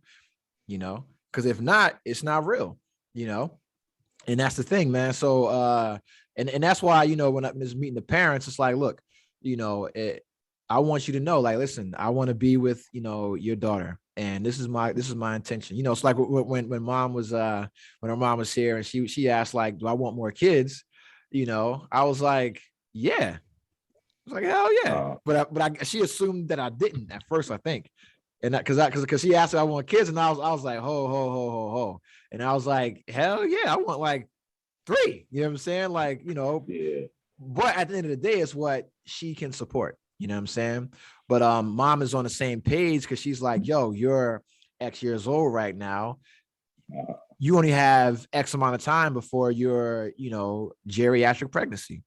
And so that's why meeting the mom is important, because it's like, yo, she's on the same time. You know what I mean? And it don't matter if we're best friends. We want the best for your daughter. You know what I mean? And that's something that her and I can talk about, because it's like, look, you got, 28, 29, 30 years with your kid, right? I don't have that. And so it's things that, you can help me with, overcoming, or help me with, getting people to open up with, or just shit like that, or if I want to plan something, it's like, yo, I need your help. Cause, you especially when it comes to planning for the like family type that you want to have all a family there or something. Yeah. That's somebody you can go to. Yeah. And so it's a resource, and I'm all about, utilizing all your resources, man. But yeah, I mean, for me, I'm just gonna be honest. Like hey, listen, as soon as I smash Raw, bro, you know what time it is. You get a key to the house. You know what I mean? I'm like Joe Button, bro. I'm ready to move you in. You know what I'm saying? We could get on Love and Hip Hop. You know what I'm saying? Like, fuck that, yo. But no. So I do got a question, man. Are you guys have you guys seen this recent post by Tiffany Haddish about her wanting a man to share her life with? No, I didn't see it. I know I see her and Common broke up though. Yeah, so her and illustrious rapper Common Sense have ended their romantic engagement because what Common said was that their schedules were too hectic, like, because they're both in the media and shooting movies and blah, blah, blah, blah, blah, and so, Tiffany Haddish was later on a talk show and said that one what that nigga told me, which is very telling. You know what I'm saying? Very telling. Cause I mean, that motherfucker is trying to save face. Yeah, I mean, he said some other shit. He said some, it ain't true as me. That's what the fuck that nigga said. You know what I'm saying? I gotta find myself. Yeah, he said some shit like that. Like, yeah, I need to, that's what it is. I need to grow. You know what I'm saying? Yeah, that's what it is. He trying to get back in these streets. I mean, my question is, right, and no disrespect to Common, right? But it's like, yo, fam, you were with Angela Rye. You were with Serena Williams. You were with Erykah Badu. You know what I'm saying? And it's like, why would you think it's going to be different with anybody else? There's a common denominator there, and that common denominator is Common, nigga. You know what I'm saying? That's him. So it's like, it's like, yo, if you motherfucking if you're the reason why, or you can't make it work with all these black women who are successful and beautiful and sought after and blah blah blah blah blah, nigga, that's you. You know what I'm saying? That's you, bro. You know what I'm saying? It's like, you need to figure that shit out, because it's going to end up making black women look crazy as fuck. You know what I'm saying? Because it's like, what happens is, it's like, oh well, all these successful black women can't find a man because XYZ ABC, right? Whatever bullshit we attribute it to, like being too strong, too independent, blah blah blah blah blah blah blah blah blah, right? And it's like, nah, like in that case, nigga, it's you, because Tiffany Haddish, but I got some steam, no smoke, but I got some steam for Tiffany Haddish, because she said, I want a man in my life I can share my success, my joy, my body, all while I feel safe with him, and he feels the same with me. Does anyone know how to make that happen? This is a statement she put out on fucking social media. Now, my thing is, I don't know if you guys are on social media like that, or if you follow Tiffany Haddish, but Tiffany Haddish acts like a fucking 20-year-old on social media. You know what I'm saying? Yeah. That's how she conducts herself. Like the wild ass, it'd be like having her from her stand-up comedy or some shit. That's how she is on social media. Yes, she conducts herself like a 20-year-old. You my age. late 30s, or I think she's in her 40s, right? But it's like, yo, don't no man want that, you know? And you know, I put a comment, you know what I'm saying, about her. One was stop acting like a 20-year-old, but then was that she had plenty of good men approach her, just like all of them have, and they didn't make your lady parts tingle. You know what I'm saying? Because women want the bad boys and wonder why they get treated badly. And then also it was, no disrespect to Common, but if it didn't work with Erykah Badu, Serena Williams, and Angela Rye, why do you think your shit would be different? You not about to change this man. If they could make him settle down, you damn sure ain't gonna make him settle down. Yeah, I think you know what I'm saying? Badu, she just put the voodoo on him because he definitely changed his dress. Yeah, and then nigga Electric Circus, that shit was trash. Yeah, you know changed his dress and his whole rap style. When that motherfucker thought he was a light-skinned Andre 3000, man. You get the fuck out of here with that shit. But nah, my thing is like, look, man, like, you know, because it's two things to that scenario, man. It's like, one, she conducts herself in a way where a man that could wipe that up and satisfy her and make her happy, you're not going to want to get involved with that bullshit. I don't need to see you on social media acting like a young person. Like, nigga, you old. You know what I'm saying? And then that would have to be just as, for lack of a better word, would have to be just as ratchet as her. Nope. Because then where's the balance? Where's the balance? Right? And the problem with successful the problem with successful Black women in the entertainment industry is that they don't want to sit the fuck down. You know what I'm saying? And that's why the shit never works.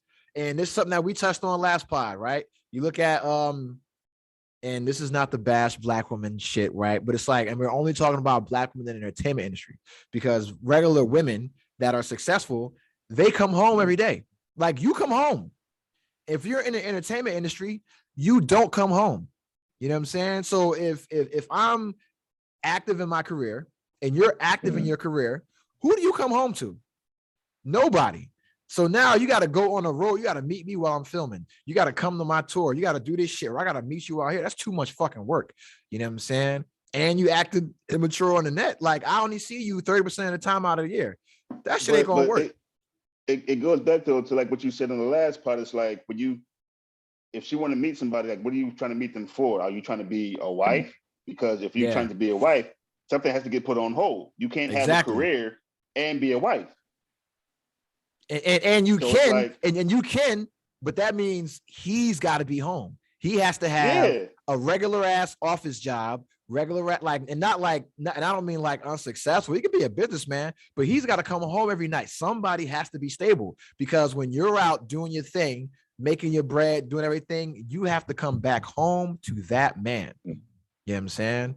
And if you're both out doing your thing, it ain't no home. You can't have a home. But then it's gonna be like, okay, if he's the home husband or whatever, is she gonna look down at him because he's the home husband and she making all the money? Well, no, he's got to be on her level financially. You know what I'm saying? But why though? Because when would she meet him? No, think about it. If he's not on her level financially, when would she ever come across him? But see that's the thing though. If you look at men in relationships, for the most part, a man is the breadwinner. Mm-hmm. You know what I'm saying? So if we're cool where we can date somebody that's not in our, or we can marry somebody that's not in our financial bracket, why can't she? And I would love to answer this question, and I can, but I'll let Sadira answer this question. Thank you. That's what I want to say. There we go. Had this conversation. We did. We did. Can you have a career and be a wife? That was the first one. Yes, you can. I agree. All right, give it to us. How does that work? You just gotta have two people that's committed to the cause, and like TJ said earlier, you both need to be on the same page. You need to discuss your goals. You each need to know what the other is striving for, so that okay, I'm getting ready to hit the grind and I need the support system on the back end so that I can do what I need to do to get to where I'm going. So yes, you can have a career and still be a wife.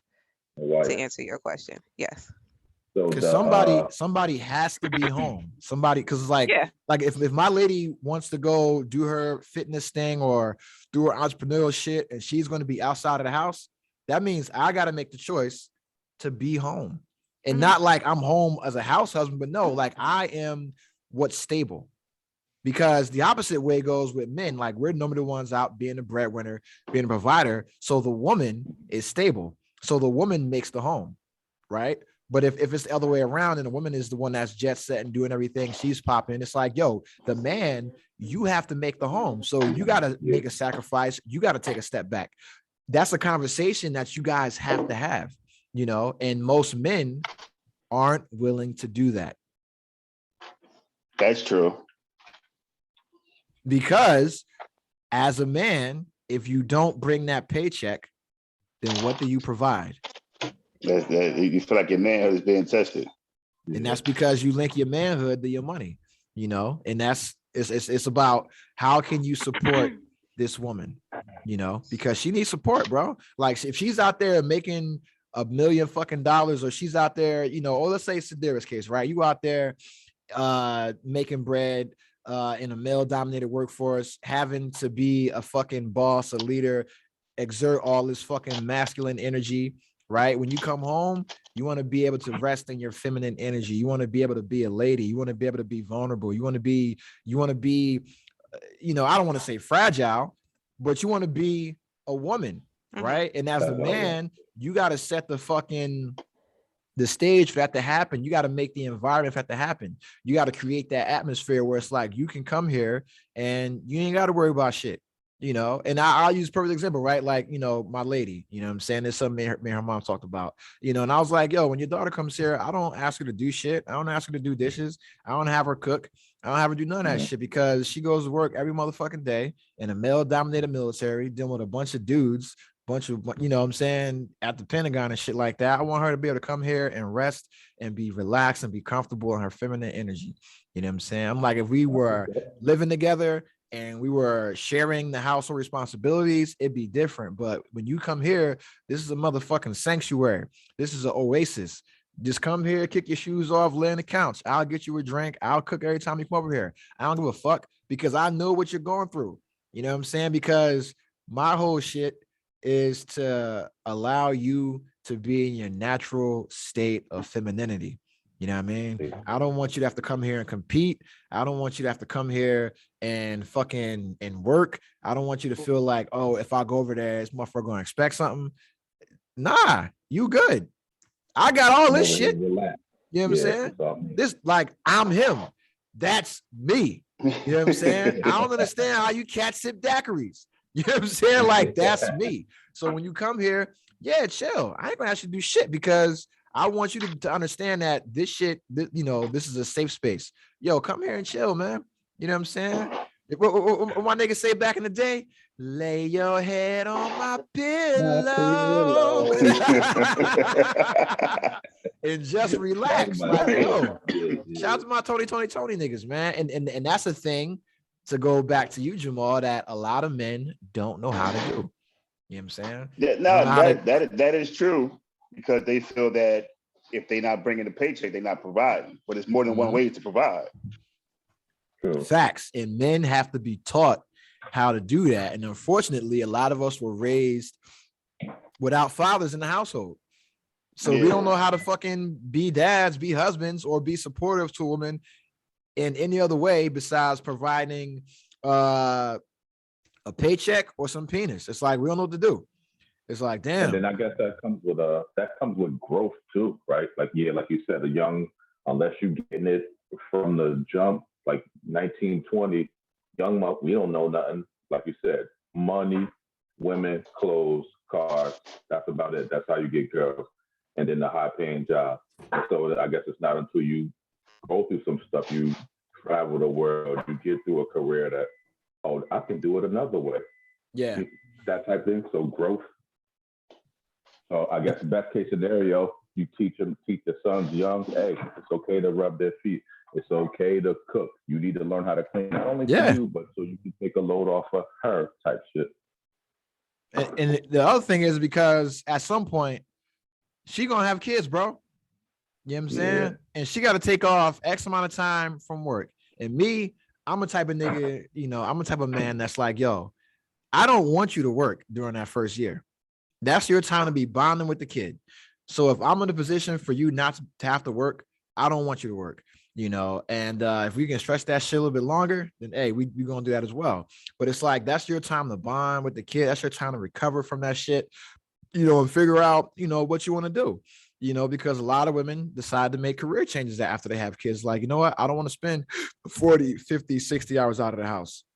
In the work, yeah. It's like, but like all that though is key, because that's why I say you really can't, like, you can't have a career where you're not home and be a wife. Something's gonna have to change. Something's gonna have to change. That's when the man has to step up, and now you play dad. You play full-time dad, and now you're the one. And a lot of men aren't trying to do that.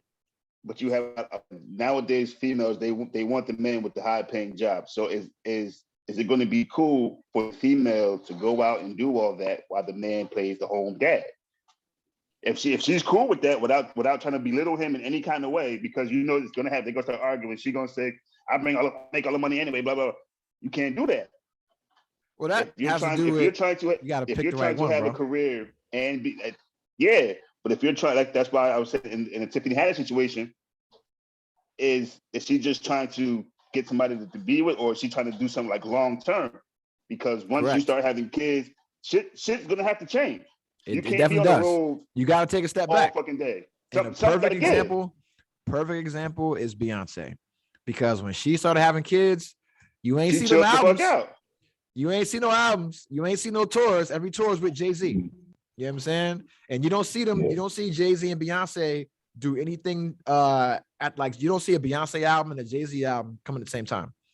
She's doing her shit, he's playing dad. He's doing his shit, she's playing mom, or they do something together. And they always tour together. And I'm like, yo, that's a perfect example of how to do this shit, because like if you're going to share the spotlight, you can't share it at the same time. So that's how you get it done, Jamal. It's like, yo, if Tiffany's touring and her movies are popping, I can't shoot a TV show for 5 months. I got to chill the fuck out. You know what I'm saying? Or I got to find some shit that's shooting where we live. You know what I mean? Yeah. That kind of thing. But, most men aren't trying to just like chill and just play dad at home.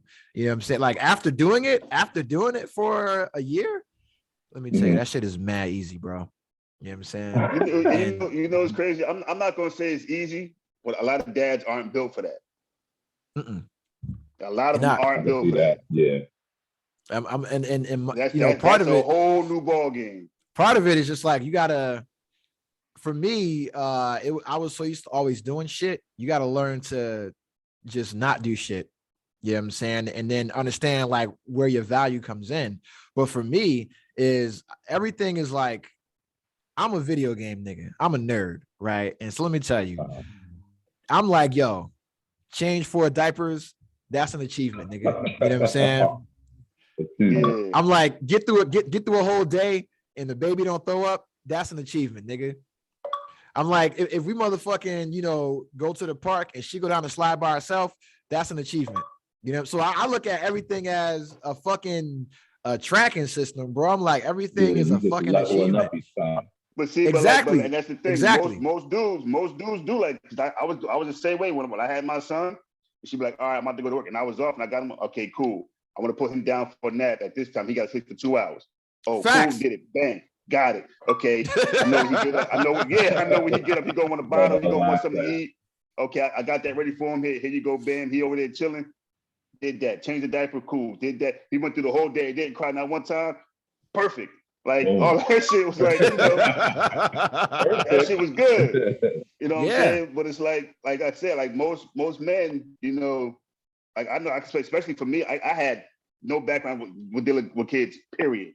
Yeah. So when you come from that to having kids, a lot of men can't handle that pressure. Like once you start doing it and realizing how easy it is, it's cool. But it's just the fact of starting to do it. Yeah. And it's like different from being at home with it's just you and your kids by yourself, and you gotta handle this shit to where you can't be like, all right, go to grandma, go talk to mom. it's That it's a means the different ball motherfuckers ain't game. had no brothers and sisters. That's what it is. They ain't take care of no brothers and sisters. Yeah, that's part of it. Yeah. I mean, Yeah, what's that your too. experience, Sadira, with men raising kids? I don't know. Because you a mom, you had to do all that shit on your own for the most part. Yeah, You know yeah. what I I'm was a saying? single mom. And I applaud you, single mom. I applaud you. Well, not Yeah, I single, mean, but I and applaud you. Man, can we stop that shit? All right. Hey, I applaud you too, Meach. You get your flowers too, bro. No, not Like even real that, shit. bro. If you are a single, and this is not directed at you, sir, but if you are a single parent, right? That's your job. Like that's your job, nigga. That's true. That's You know what I'm true. saying? But So why we applaud that? It's like when people tell me, and it's like something I go to my baby mom's, like she'll be like, oh, like she'll say some shit, not anything bad. It's like, she'll be like, thank you for doing this. And I'm like, yo, I don't need a thanks. It's my job. right. You know what I'm saying? Like allow me, the only thing I want, like, is to be able to do my job as a father. I don't need a thanks. I don't need to thank you. I don't need a happy holidays. I don't need shit. Just allow me to do my job as a father. That's all I want. You know what I'm saying? I don't clock out from this shit. I don't clock out from this shit. Thank you. At least let you know that she appreciates what you're doing. Appreciation. You want to know what it means more? You want to know what it means more? Well, your Is daughter when smile. other people say it. No, when other people say it. Oh yeah. And the reason why is because like I'm in the hood, bro. You know what I'm saying? So when I'm walking every day with my daughter, I got like OG hard body, fresh out of jail niggas. Like, yo, I see you with your daughter all the time, man. Walking there, take her to the park. Like that shit inspire me, bro. I appreciate that shit. Love to see brothers, being fathers, breaking that cycle. That shit means something to me. When I have other parents say that shit to me, like the other moms in here say that shit to me, that shit means something to me. And the reason why it doesn't mean as much when baby mom says it is because, nigga, we had beef. You know what I'm saying? We wasn't always on a good terms. So it's like, so for me, it's like, and Sadira, you can relate, right? It's like, or maybe you can, I don't know, right? But it's like you get to a point where there's a breakdown in all communications with your co-parent, right? And it's like at this point, I don't want to hear shit from you except I'm dropping her off, I'm picking her up. That's it. And it's like, that's not going to change for a very long time. You know what I mean? And it's not that I don't like you or I don't want to fuck with you, but you have exhausted all of the energy that I have for you. You know what I'm saying? So now I have to treat you like a business partner. You know what I'm saying? And it's like, yo, nigga, that's all I want to hear is drop-offs and pickups. That's it. So for me, it's like other people, other parents saying this shit, other moms saying this shit, like yo, like your daughter is so, that shit means way more. You know what I mean? And almost like acknowledgement from your peers. Exactly. Yeah. You know what I'm saying? Because and the reason why is because it's like for me, it's like in my situation, I have the baby more. I have the baby 70% of the time. And even starting my new job, I'm gonna still have my daughter 4 days out of 7. You know what I'm saying? So it's like I have the baby the majority of the time. I've been here the majority of the entire time. And all the shit that was being complained about, I don't have no problems with.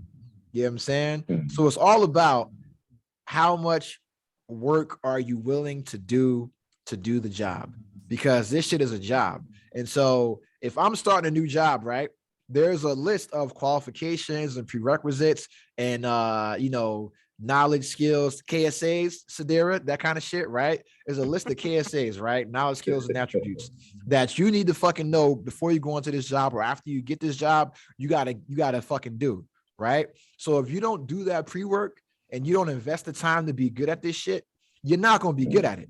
You know what I'm saying? So for me, baby mom's biggest complaint was I didn't go to like some of the appointments, right? Nigga, I'm working full time in a fucking submarine in the shipyard. I ain't gonna make these appointments when you setting them during the night work meeting. You know what I'm saying? You setting these shits during my department head meeting. It's not happening. Sorry. You know what I'm saying? But it's like, yo, I'm going to read the books. I'm going to go to the classes. I'm going to watch the documentaries. I'm going to watch the videos. I'm going to talk to other parents to be good at this shit because I only get one shot. I only get one chance. Right. And so it's like, yo, I know I'm doing that shit.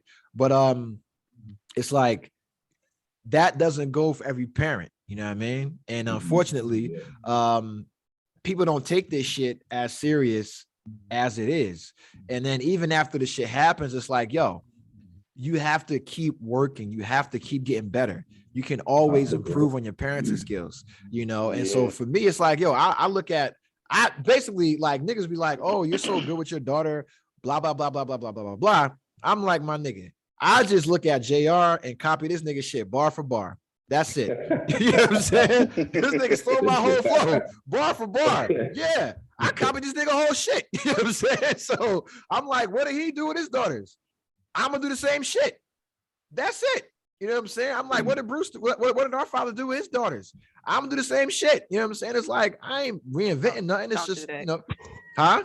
Don't do that. No, I'm not doing everything, not into the later years, you know what I'm saying? But it's like, yo, just do that shit and read the books and do shit like that. But it's like I don't need external validation, because it's like you said earlier, Calvin, like my daughter smiling, that's all that matters. Like when other parents say, oh my God, she's such a happy child. When the doctor is like, oh, she's so happy and feeling well developed. I'm like, yeah, because that's me, nigga. I don't understand how these cats sip fucking daiquiris. You know what I'm saying? Like it's all good down here at the fucking baby factory, bro. And that's my whole thing. You know what I mean? That's my whole thing. But yeah, but did you guys hear about Megan Good getting divorced? She's married to a pastor. Yeah. And the pastor asked for a divorce. But it's crazy because I know she was holding out until she got married. Yeah, because he wanted to be celibate until they got married. And the pastor asked for a divorce. And let me tell you, I saw this coming from a mile away, and I'm surprised it took this long. You saw them not making it? Yes, for the same reasons. The same. Megan Good is so. Do you niggas not watch TV? No, I don't. Yeah, she in all of them sections. She fine as hell though. No. Say it again, Jamal. Say it again, Jamal. Say it again. She fine as hell. No. Before you said that. Oh, the sex scenes? Yes. She in a sex scene on her TV show eating a nigga ass. And then every movie she stopped doing that. No, she didn't. I heard the same thing too, Sadira, like that when she got with the dude, she was gonna stop. Yeah, she wouldn't do any scenes that would bring discredit to God. No, you still doing sex scenes. You married to a pastor. It's not gonna work. One of you has to sit down. You know what I'm saying? One of you got to sit down. Oh, so if she was gonna marry a pastor, she got to become the preacher's wife and chill exactly. Out. You got to sit down. You got to sit down. I read that they split up because she changed her mind about wanting to have kids. He wanted kids, and then she turned around and said she didn't when she said she did when they initially got together. And that's a big thing as well, because she's my age, and it's too late. They was together 10 years. Yeah, you know what I'm saying? And you're not going to change anybody's mind about wanting to have kids. That's their decision, you know. And for me, if I'm the pastor and you tell me, you know, you don't want to be fruitful and multiply, gotta go. You know what I'm saying? You loaded the clip. Yeah. Gotta go. But see, that's the thing. So she said she wanted to have kids and now she don't. Yeah. And that's going, her having kids is gonna make her career slow down. Yep. She want to stay relevant. And she ain't in competition for no Oscar. She ain't getting no Tony Award. She ain't getting those kind of roles. She's only getting roles where she's a sex object, where she's like the girlfriend or whatever. So it's like, if you don't sit down, that is true. If you don't sit down, you know, most of the movie, she is the eye candy of the movie. The eye candy of the movie. Yeah, you're right. And that's what I'm saying, man, because that's all that we know. But you know, I don't want to be too because this ain't jump on Megan Good and be judgmental. So Sadira, because you're the resident woman of the podcast right now, just what are your thoughts on that whole situation? And then go around the horns. I gotta run to the bathroom real quick. Again, what I read was that the split was amicable. There's no hard feelings or anything like that. She just changed her mind, and he was not okay with it. So they wanted to split up. So I mean, at the end of the day, as long as it wasn't, you know, any beef or whatever, and they was okay, then, you know, she made her decision, he made his, and that was that. So I mean, what else can you really say? Yeah, as long as they went out cordially, I guess, because it could have been something nasty. But yeah, I mean, I kind of agree with what he said, because especially dealing with the whole religious aspect of it. Like at the end of the day, this guy's a pastor, so he kind of has an image of some sort. Yeah.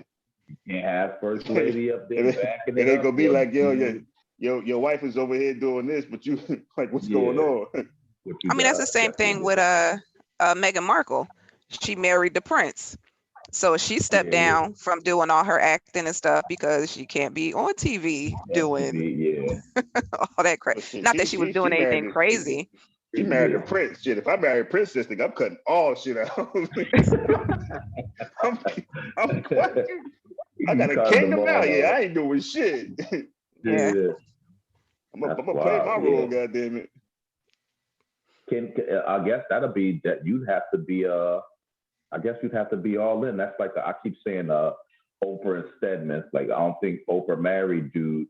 And remember they used to always make the joke like, I want a house as big as Stedman guest house or something like that. Like, he doing his own thing, but he do it under the radar. You got as far as career and everything, but his wife is Oprah. So what do? You try to be out here and do your thing, or you play the cut, you play your position. You gotta play your motherfucking role. That's what you gotta do, man. People don't. It's like I say on the other podcast, man. Know your role. Motherfuckers gotta know their roles, bro. And Megan, she didn't know her role. You're a pastor's wife. You out here eating ass on TV. Because they were essentially separated for a year. And like she didn't post them for a year. She wasn't wearing her phone. You know what I'm saying? Shit like that. And so it's like, you can't be married to a pastor and fucking be on BET Uncut. You know what I mean? Yeah. And that's what it is. That's what it is, bro. But tear that pastor ass up. Hell yeah, but she was out. She because she didn't post him for a year, and they were separated for a year essentially. And then soon as that shit she was back out in the motherfucking streets, back out in LA on Halloween, fighting it up, and it's like, hey, hey, listen, you know what I'm saying? It's all the news. I don't have cable, so I don't see none of it.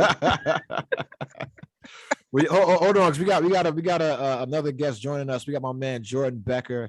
Haven't talked to this guy in like 38 fucking years from the USS Florida days and shit down in Kings Bay, Georgia, man. What's good, man? Where you calling in from, bro?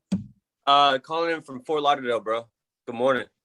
Good morning. Fort Lauderdale, Florida, man. So for those who don't know, back in the day, a long time ago, I was on a submarine under the water doing the devil's work.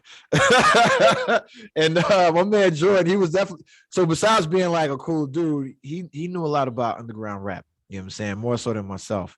You know what I'm saying? This motherfucker knew everything about some goddamn underground rap, man. But so I gotta give him his flowers for that, man. Give him his credits. If I had an applause, we'd be fucking playing that shit right now, bro. But we just recapped the holidays, some other bullshit, bro. So how was your holidays, man? Man, it was good. It was good.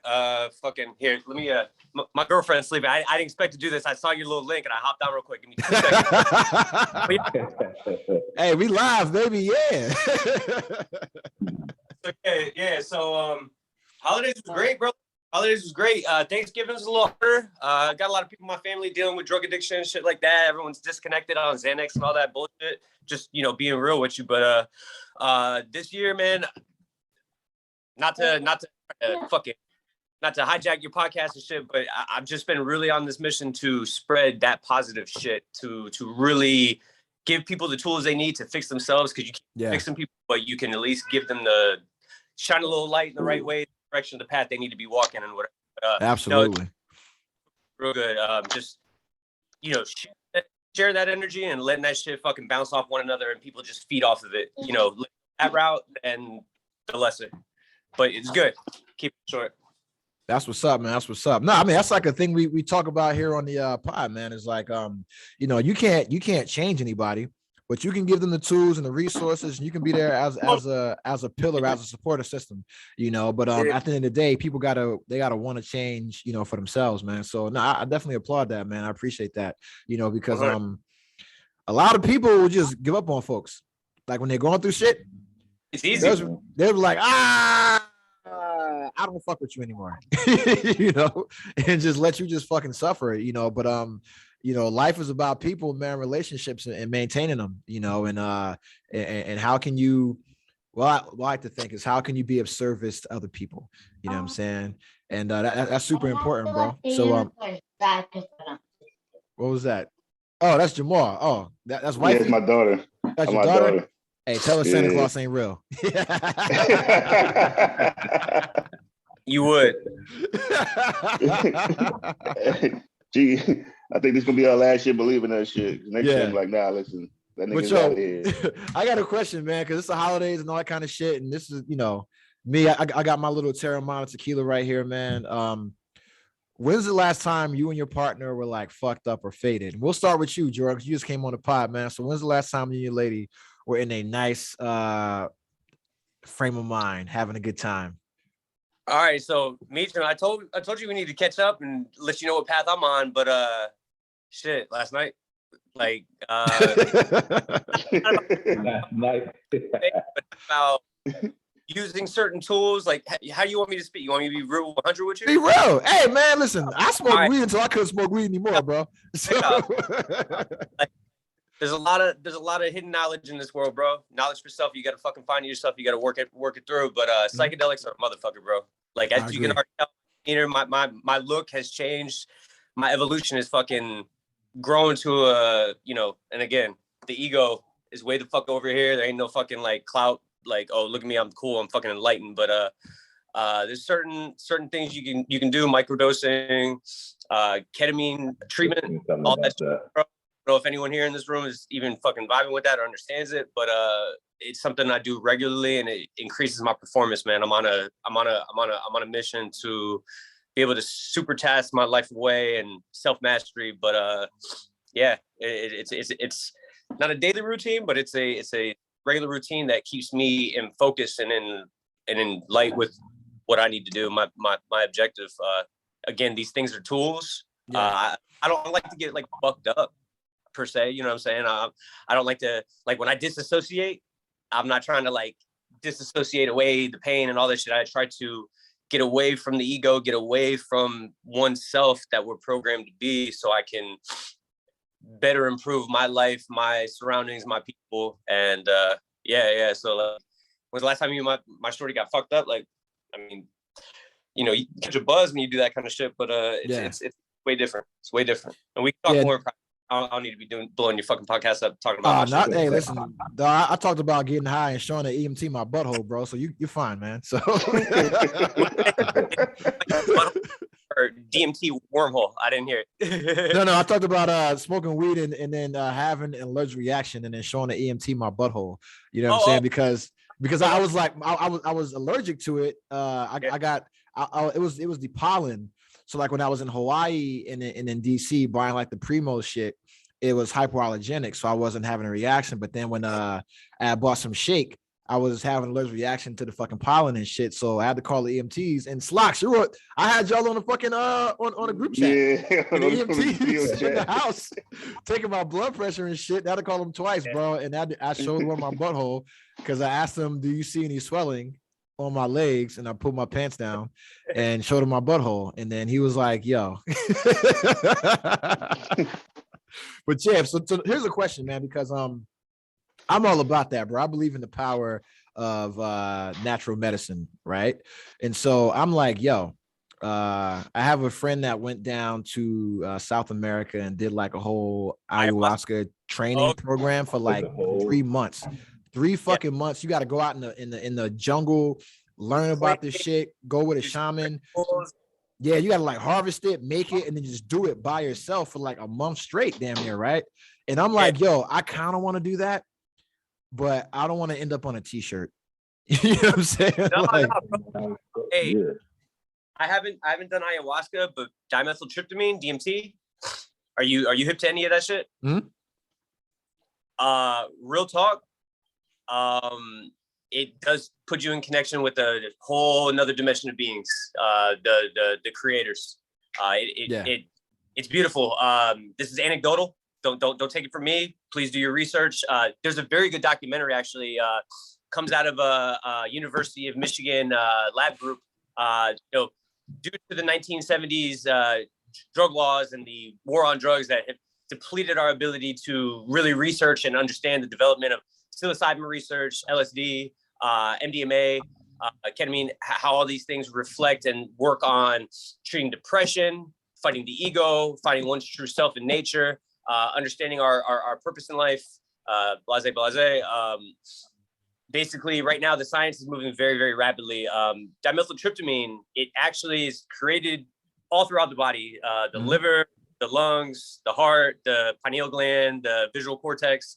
And it literally is the fabrics of reality. I can tell you through some crazy ass fucking experiences, bro. Like I've smoked DMT and had sex, and literally in that process, I could morph with my hands and my mind.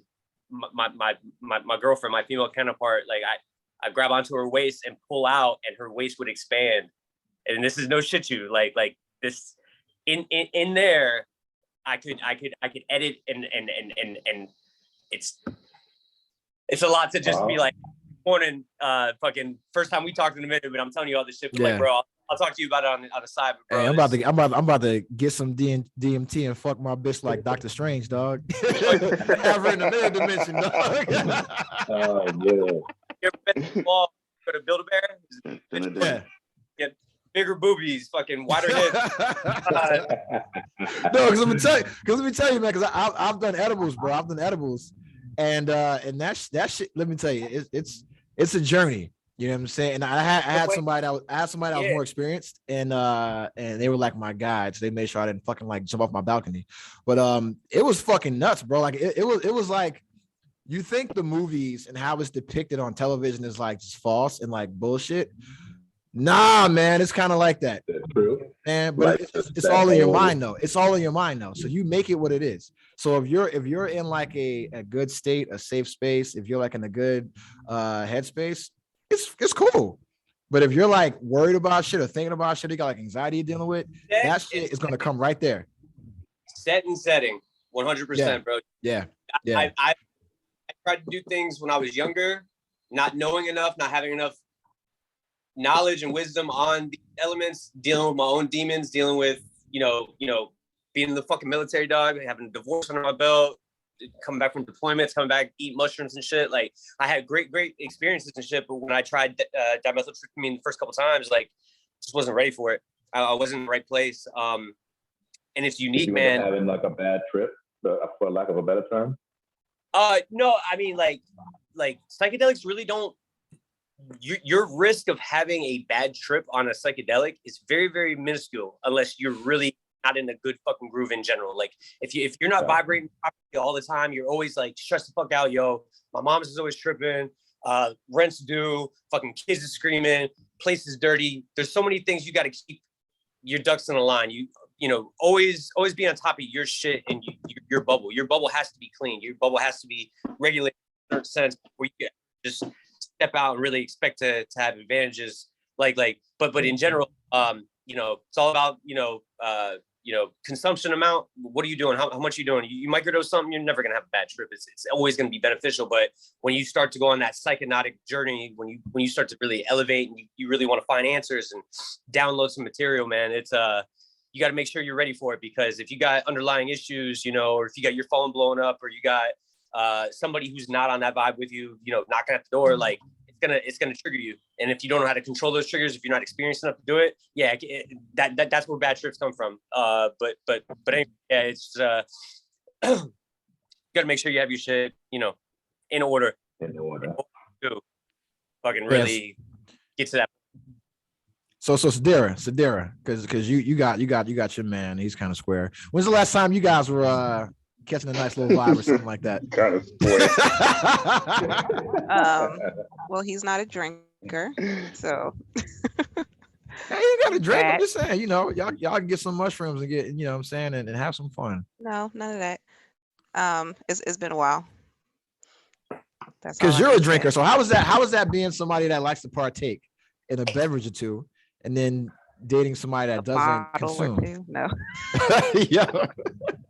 Hey, real quick, you mentioned dog. Check this out. The fucking mushrooms, dog. Eddie's right? Yeah, man. Yeah, I have one boy fucking commission for me. Whatever. They're writing this mushroom. I'm like, hey, check that out. I won't go grab it. Anyway. But no, yes, I do like to indulge. But I don't drink to get drunk. I just like alcohol. I like beer. I know that's weird coming from beer a is woman. fucking trash. I love beer. I like to go to beer tasting. Oh my God.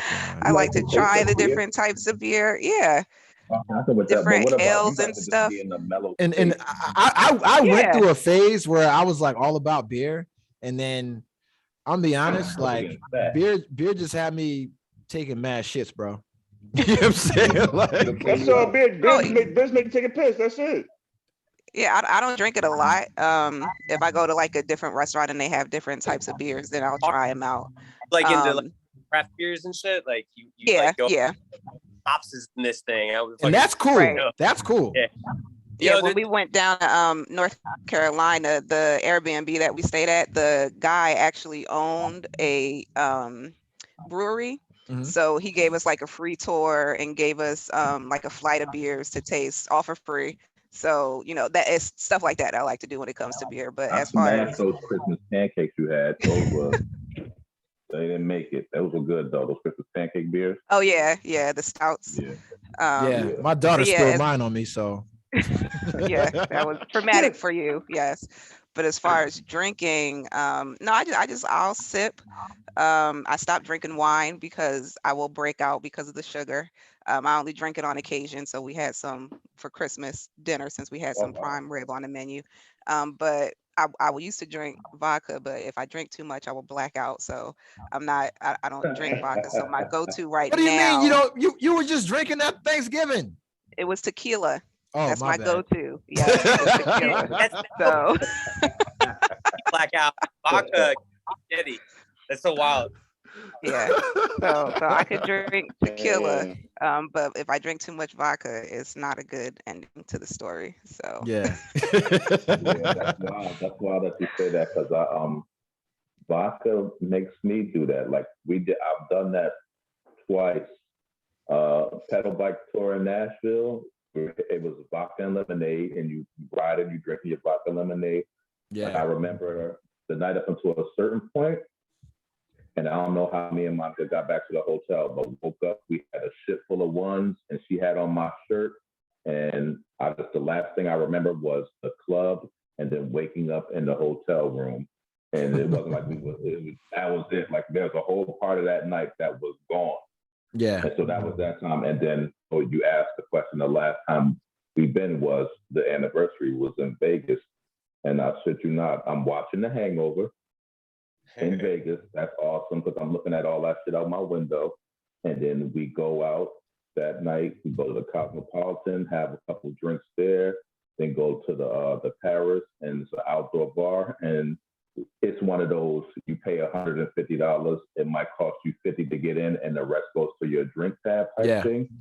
So it's like, all right, I don't want to get nothing crazy, vodka and Red Bulls.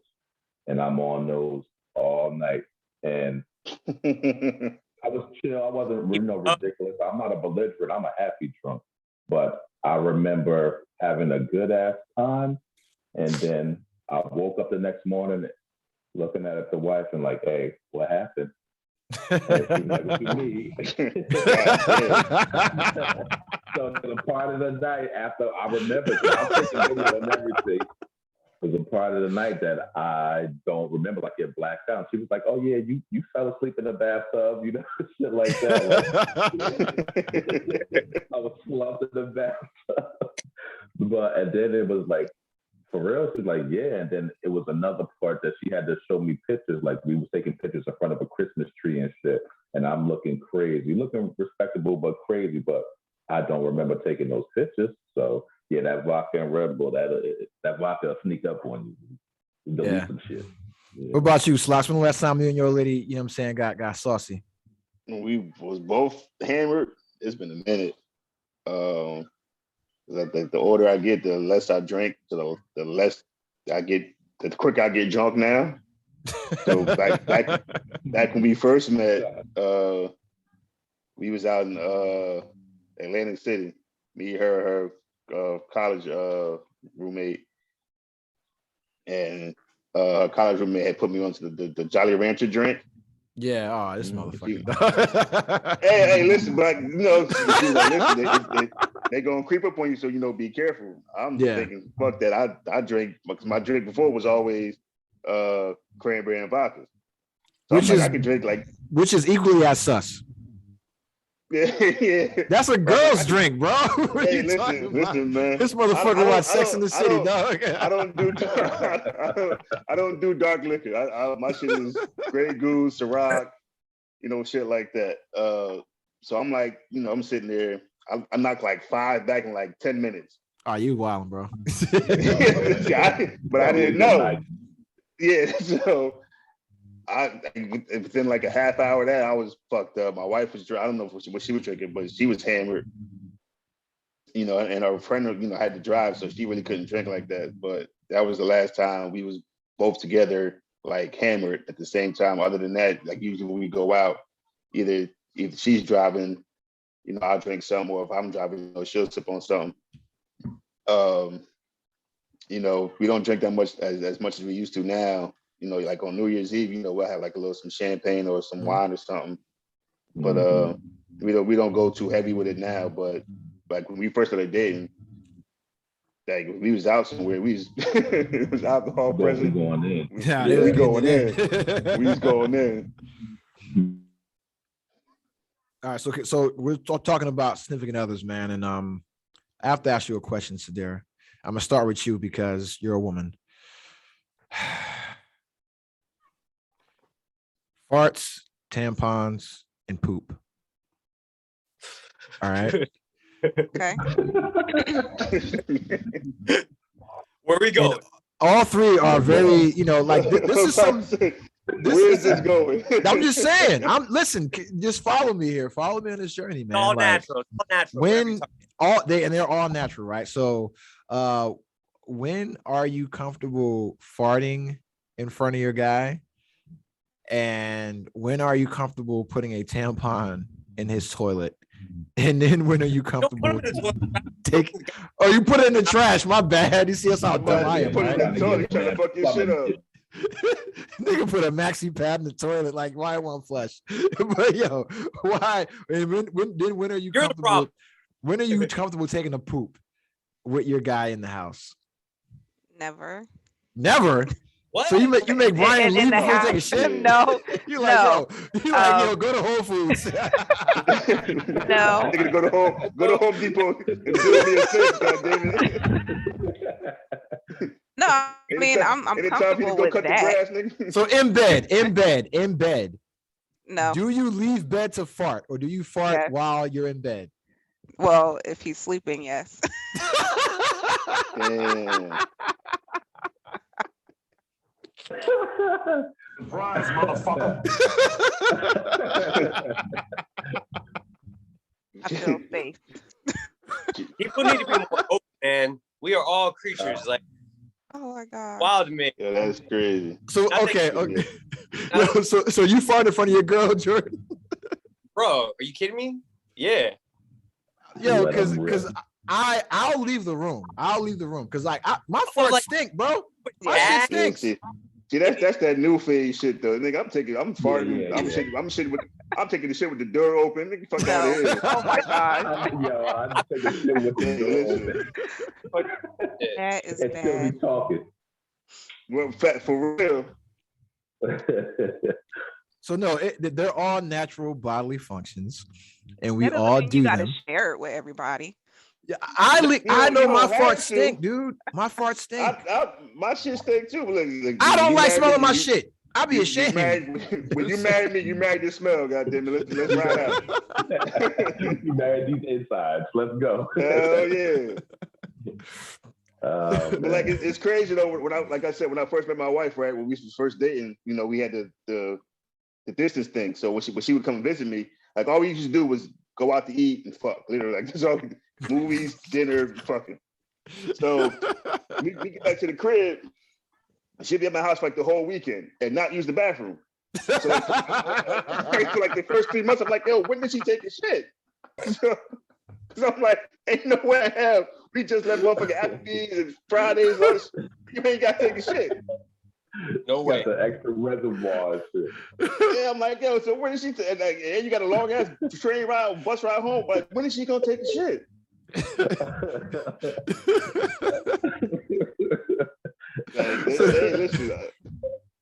So like, it was even funnier. It was one time, I want to say we was like 2 months in. I was at her house, and we had just came back from going out to eat, whatever, and I had to take the train home. Yeah, mind you, the train ride is 4 hours. So I'm sitting there like, yo, I gotta take a shit, and I can't wait to get on the train. So I'm like, fuck it. I just went in the bathroom and took a shit. I was so scared of stopping the toilet up that I might flush the toilet like 3 times. I'm like, hey, no, I'm about to sit here and call the toilet up. And like, nah, it's not gonna happen. Hey, you know what's crazy? When you flush it, that motherfucker come back up. Hey, listen, I didn't want none of that shit to happen, bro. That's the kiss of Poseidon. Yeah, bro. You got that little turd. That little turd, listen, like permission to die, Sarge.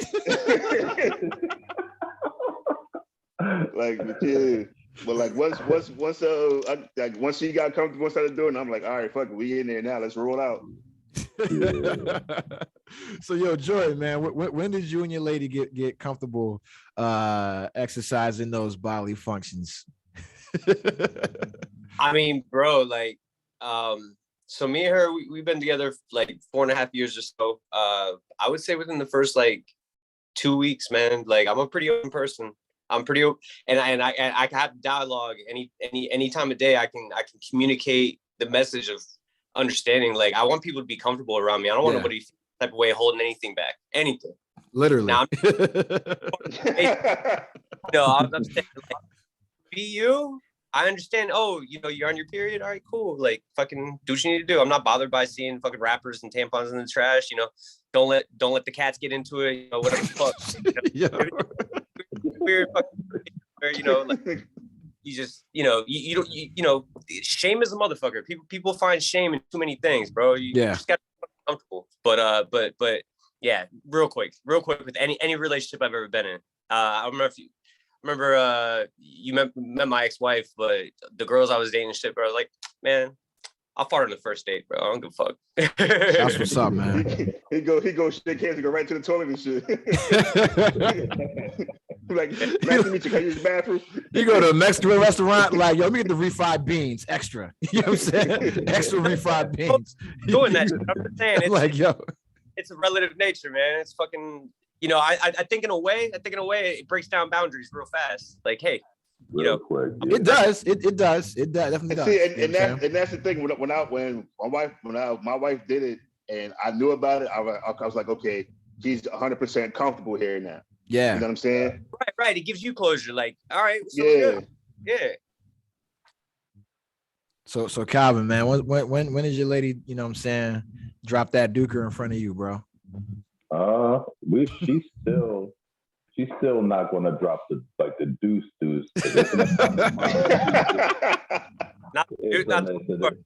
But she'll take a piss in front of me. If that the whole she peeing, I'm brushing my teeth type shit, real shit. We don't share the bathroom.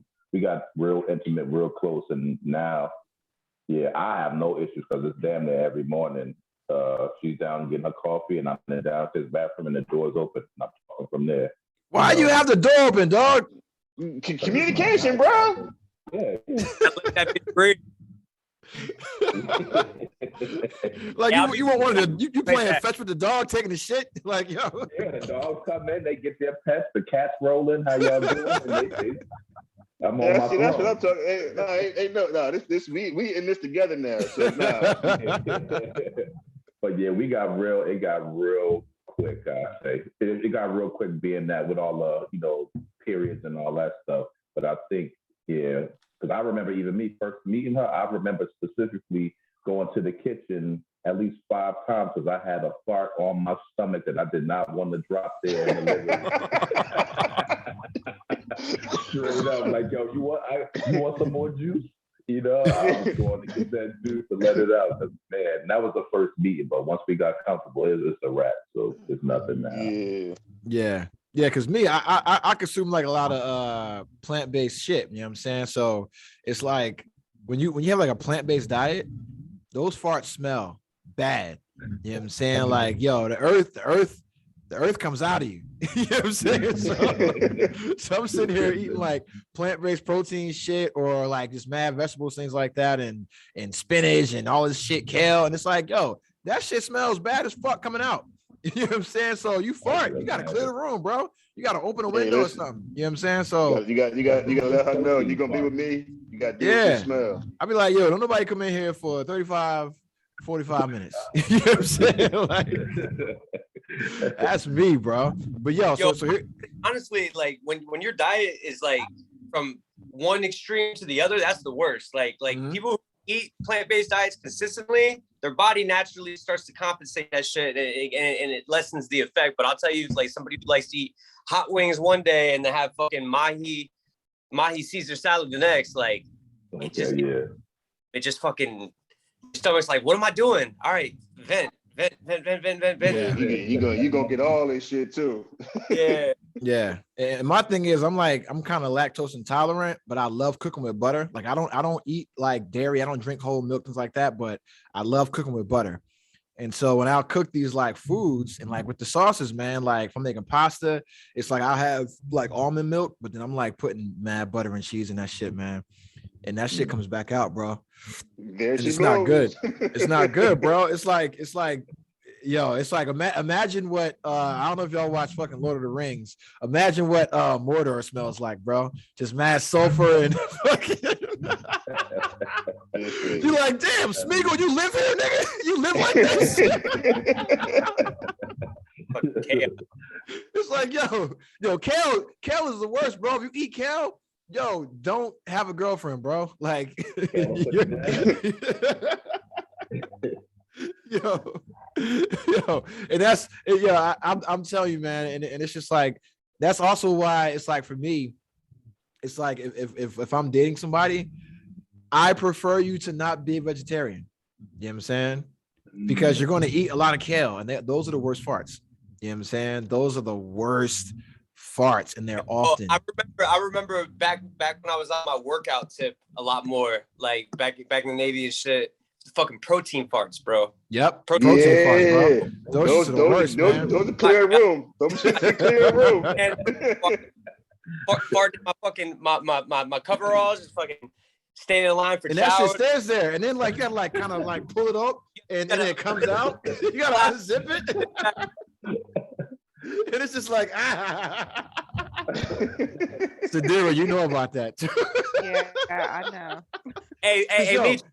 So you know, we come from a different, like, I mean, most people don't get it unless you've been in like some type of fraternity or lived in some kind of college dorm or whatever. But like being on the sub, bro, talking about like the comfortability, like you remember back in the day, bro, motherfuckers on the subs, dude, they're grimy. They'll walk up into your stateroom. The motherfuckers will walk into your bunk room, wake you up, be like, hey, leave one for you. And then what the fuck? What's that about? Like, yo, first round of wake ups. Yeah. You got to give them some mustard gas and shit. You know what I'm saying? So, Grimy, man. So question, because Sadira, my sister, she was in the Navy. And women, you guys are worse than men.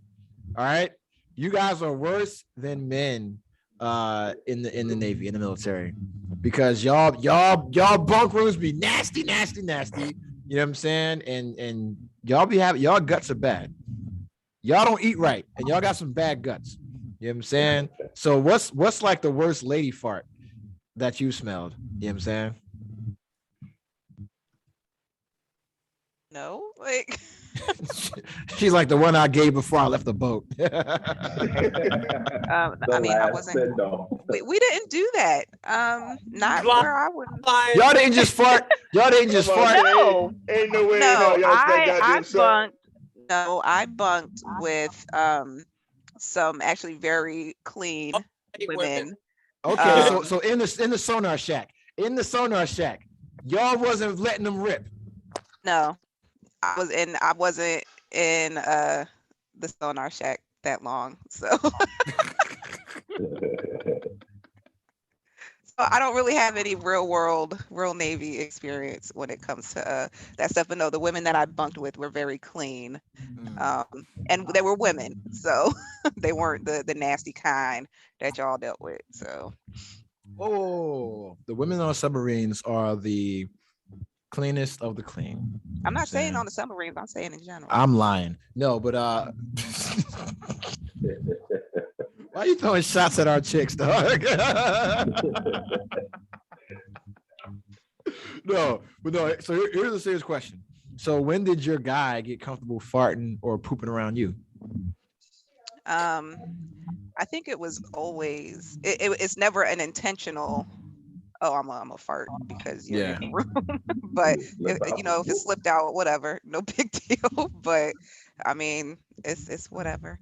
So the first time he farted, were you like, "Oh my God, he loves me"? No, it's not that serious. But no, I think. Oh, I love you. No, it's not like that. There's been some slip ups, but it's not like. So you don't fart in front. You don't fart in front of your guy. So if you got to fart, you leave the room. Yeah. Because that's me. That's me. I don't want nobody to deal with that. I'll go to the bathroom. I'll go to the bathroom. You know what I'm saying? Yeah. Fart and then like pretend to wash my hands or something.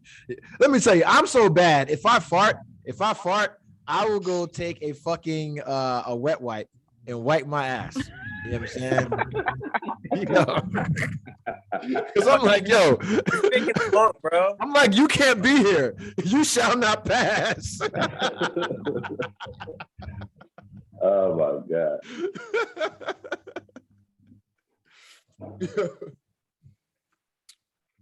Because even if I take a shit, bro, like shout out to my boy Anthony Coates, dog. Like I thought he was so weird. Because he was like, yo, if he shits, he has to take a shower. And I thought that was so weird at first. But then I was like, wait a minute. After every shit. So now it's like, yo, hold on. If I shit, I'm going to climb back in bed with all these crumbs on my ass. You know what I'm saying? Like, I'm disrespecting my sheets, nigga. I can see taking the wet wipe after that, but a shower after every shit. No, I mean, sometimes it depends on how bad. I mean, I've done that. Sometimes it depends on how bad it is. Twice, wash your ass, bro. You know what I'm saying? If you got to wipe more than twice, wash your ass, dog. Yeah. You know what I'm saying? Because my thing is like, yo, I look at the shits I take, and these motherfuckers are impressive. You know what I'm saying? It's like when you got the alien busting out of your body. It's like imagine it busting out of your ass. You know what I'm saying? And it like wraps around the toilet, bro. It's like a fucking king cobra in that bitch. You know what I'm saying? So it's like, nah, man, you gotta go. I gotta take a shower, dog. You know what I'm saying? Like, And if you wipe more than twice, take a shower. Take 5 minutes, bro. Jump in, you know what I'm saying? Splash, wash your ass. You know what I'm saying? That's it. Because it's like, yo, bro. Put that on a shirt. Huh? Splash, yeah, splash, wash your ass. No, because my thing is, it's like, yo, fam. I wouldn't want to. This is where it gets too graphic, right? Like, imagine, I'm a young lady, and I'm trying to get my man in the mood. I want to surprise him. So I'm like, I'm gonna give him some morning head.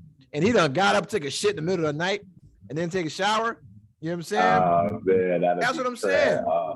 And I go down to, pause, right? I go down to suck this nigga dick. And it smell like Frodo's feet. Like, no, nigga. I go down and suck his dick and it's like Gimli. You know what I'm saying? Like how long you been in fucking bro? Hey, since we're going that route, smell like Middle Earth, dog. Hey, since we're going that route, since we're talking that grimy shit, bro. What's your feelings on getting your butt eaten? We'll start with Jamal. Throwing it out there. Comfort. You down Jamal, to play? you're on mute. Jamal, you're on mute.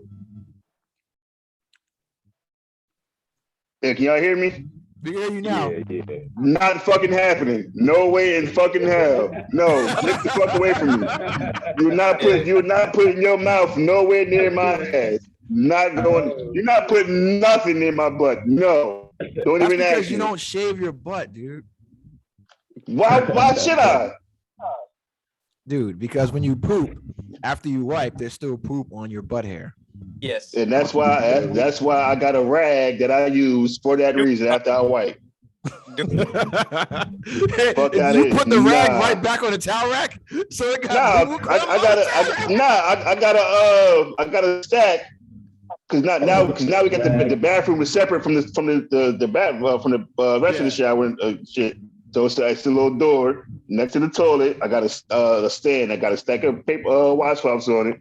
And every time I'm taking shit, I'd use one, bang, bang, boom, put it in the washer or put it with the dirty clothes so I can wash them with the next load. Nah, So they make fuck out of here. wipes, right? Yeah. No, They do make wipes are dude dope. wipes. Do wipes are good. See?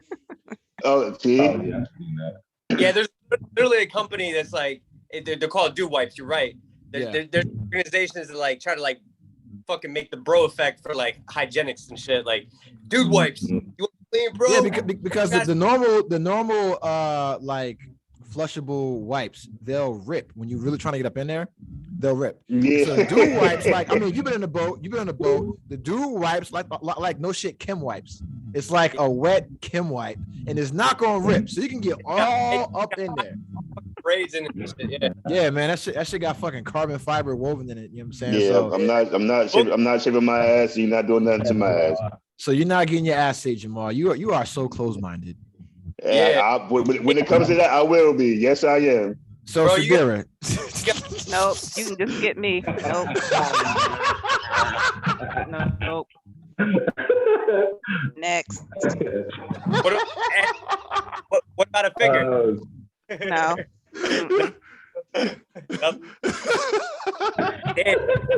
Next.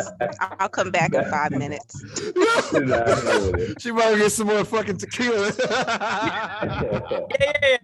Yeah. What about like, you know what? I did put a finger in that motherfucker ass.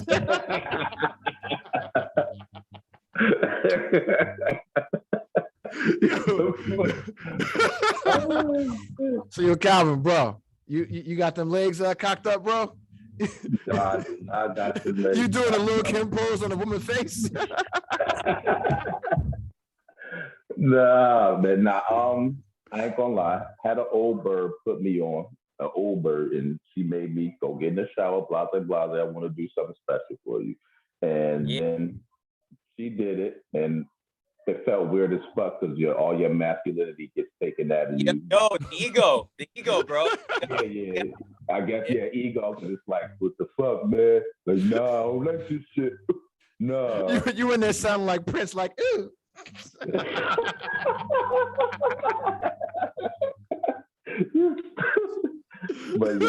But so I tried it and it wasn't for me. But I mean, yeah, I've been there. So all about that. Like letting your guard up, because at the end of the day, like the science is there. The prostate is essential. You know what I mean? Like it's. Yeah. I'm just saying, bro. Like, you know, now you always hear about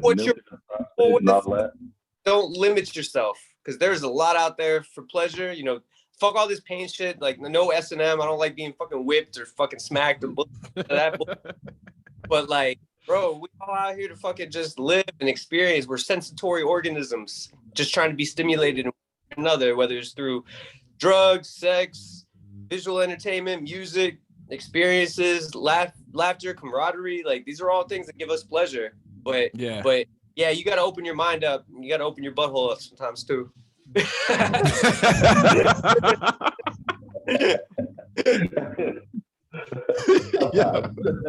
Real talk.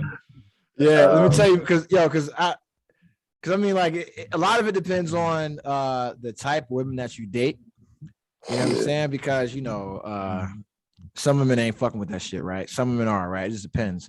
But for me, it's like, yo, I know what's down there. You know what I'm saying? I look at the damage that I do to a toilet every morning. You know what I'm saying? And I'm like, I don't want you to have to go through that. You know what I'm saying? Like, I don't want you. Cause now it's like, cause now, I don't watch all the fucking Lord of the Rings shit. So now it's like, I don't want you to have to. You don't deserve to fight the Balrog. You know what I'm saying? Like, you don't gotta fight Balrog, yo. Like, I don't want you to have to lick my ass, yo.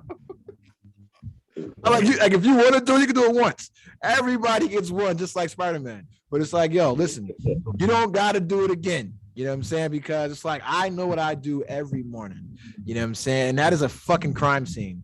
You know what I mean? Every morning I'm in the bathroom for 45 fucking minutes till my legs fall asleep, bro. You know what I'm saying? That's not healthy. I'm in there just like hitting my legs. You know what I'm saying? Just like, wake up. Like, no. Wake up, Mr. West. You know what I'm saying? So yeah. And it's like, yo, I go in there, I check my email, I do shit on my phone, bro. Like on the toilet, you know what I'm saying? And so it's almost like a form of meditation when you sit in there, dude. Like you're just concentrated. It is. You know what I'm saying? And so it's like that's how I get myself ready. I center myself. I go use the bathroom, then I go morning routine, workout, shower. You know what I'm saying? So if I'm gonna tell you right now, so if you catch me coming out the shower, everything is fair game. You know what I'm saying? Because now I'm clean. You know what I'm saying? I am cleansed. You know what I mean? So if you want to defile your tongue like that, you know what I'm saying? Then go ahead. Yo, I gotta get up out of here, man. I gotta go get my turkey started and everything because we're doing our little Christmas dinner and whatnot today.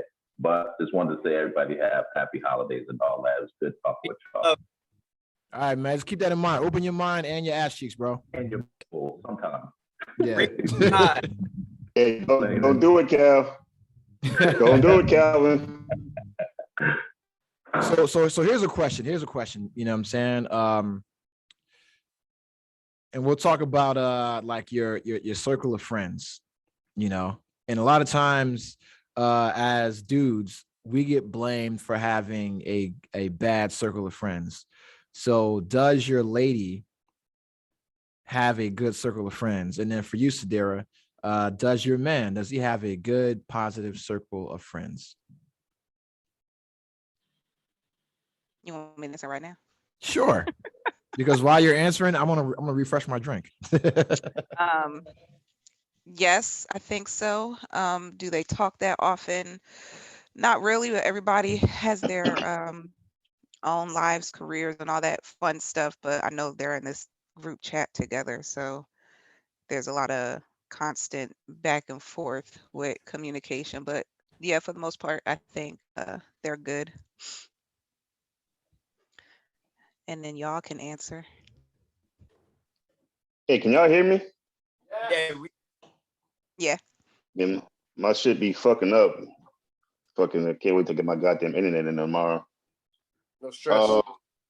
My wife ain't got no friends, so my wife is like me when it comes to people. Like we don't do the whole the needy. We don't like the needy friends that's always wanting attention, or why don't you call me? Why don't you do this? Blah blah blah blah blah. But Jamal, you have friends. You have friends. Yeah, but at the same time, I don't sit there like I don't get mad if you Yader or Mike like y'all don't call me. Like that shit don't. Like, I know life getting away every day. Every day on we don't talk every day. On two different group chats, we communicate every day. I ain't talked to no since my brother's wedding. Well, someone in the group chat is always communicating. It's normally me or Bone or Gordon. That's what I'm saying. TikToks. Like I don't. So we got to get him off that shit too. That nigga's tripping. But yeah, she don't really, she got work friends that last for a couple, then it's out the window. Y'all don't have like couples friends, like married couple friends and shit. Nah, the one friend she did have that was married is going through a divorce, so that ain't really working out. But So how important is it for you, for your significant other, to have her own circle of friends? Super important. And if you can be in the same circle together, that's even better, man. Like when I moved back, when I got out of Georgia and moved down to South Florida, finding my tribe, finding the right people that you know, that can build with you. You know, it's all about proper decision making, and you know, you got certain people that have their wantful needs and what they're trying to do with their life and how they're trying to elevate, and then you got other people that just, you know, want to party, want to clown, don't want to really like talk about real shit, but just always about, yo, let's go out and get these bitches, what the fuck. Like, you have people that really lift you up and have your best interests at heart, but also including your significant other into that circle is important, man. Like, y'all all gonna be in the same level. You gotta have the right intentions. I don't feel that like me and my girl, she doesn't have a lot of, like, she doesn't have friends outside of people that I know. Like, we're all friends. It's all love. We all, you know, I'm not in like, I got a couple homies that I stay in like group chats with that we talk about like music, on the like EM festivals and all of that. But like, I don't feel like she like I want her to go and be independent and go do her own shit with these people at times and stuff. But like, yeah, not having friends, that's where it gets rough. Because then you're responsible for fucking everything. You gotta fucking be the friend, the shoulder to lean on, the all that, and like, you can't. That's too much duty. You can't be doing all that. Yeah, hell yeah. So, Sadira, what about your circle of friends? One friend, if you want to call it that. But no, like he said, I think it's important to have friends that are on the same level and like trajectory as you, because if not, then you really have nothing in common. And yeah, like conversations are hard to have. Yeah.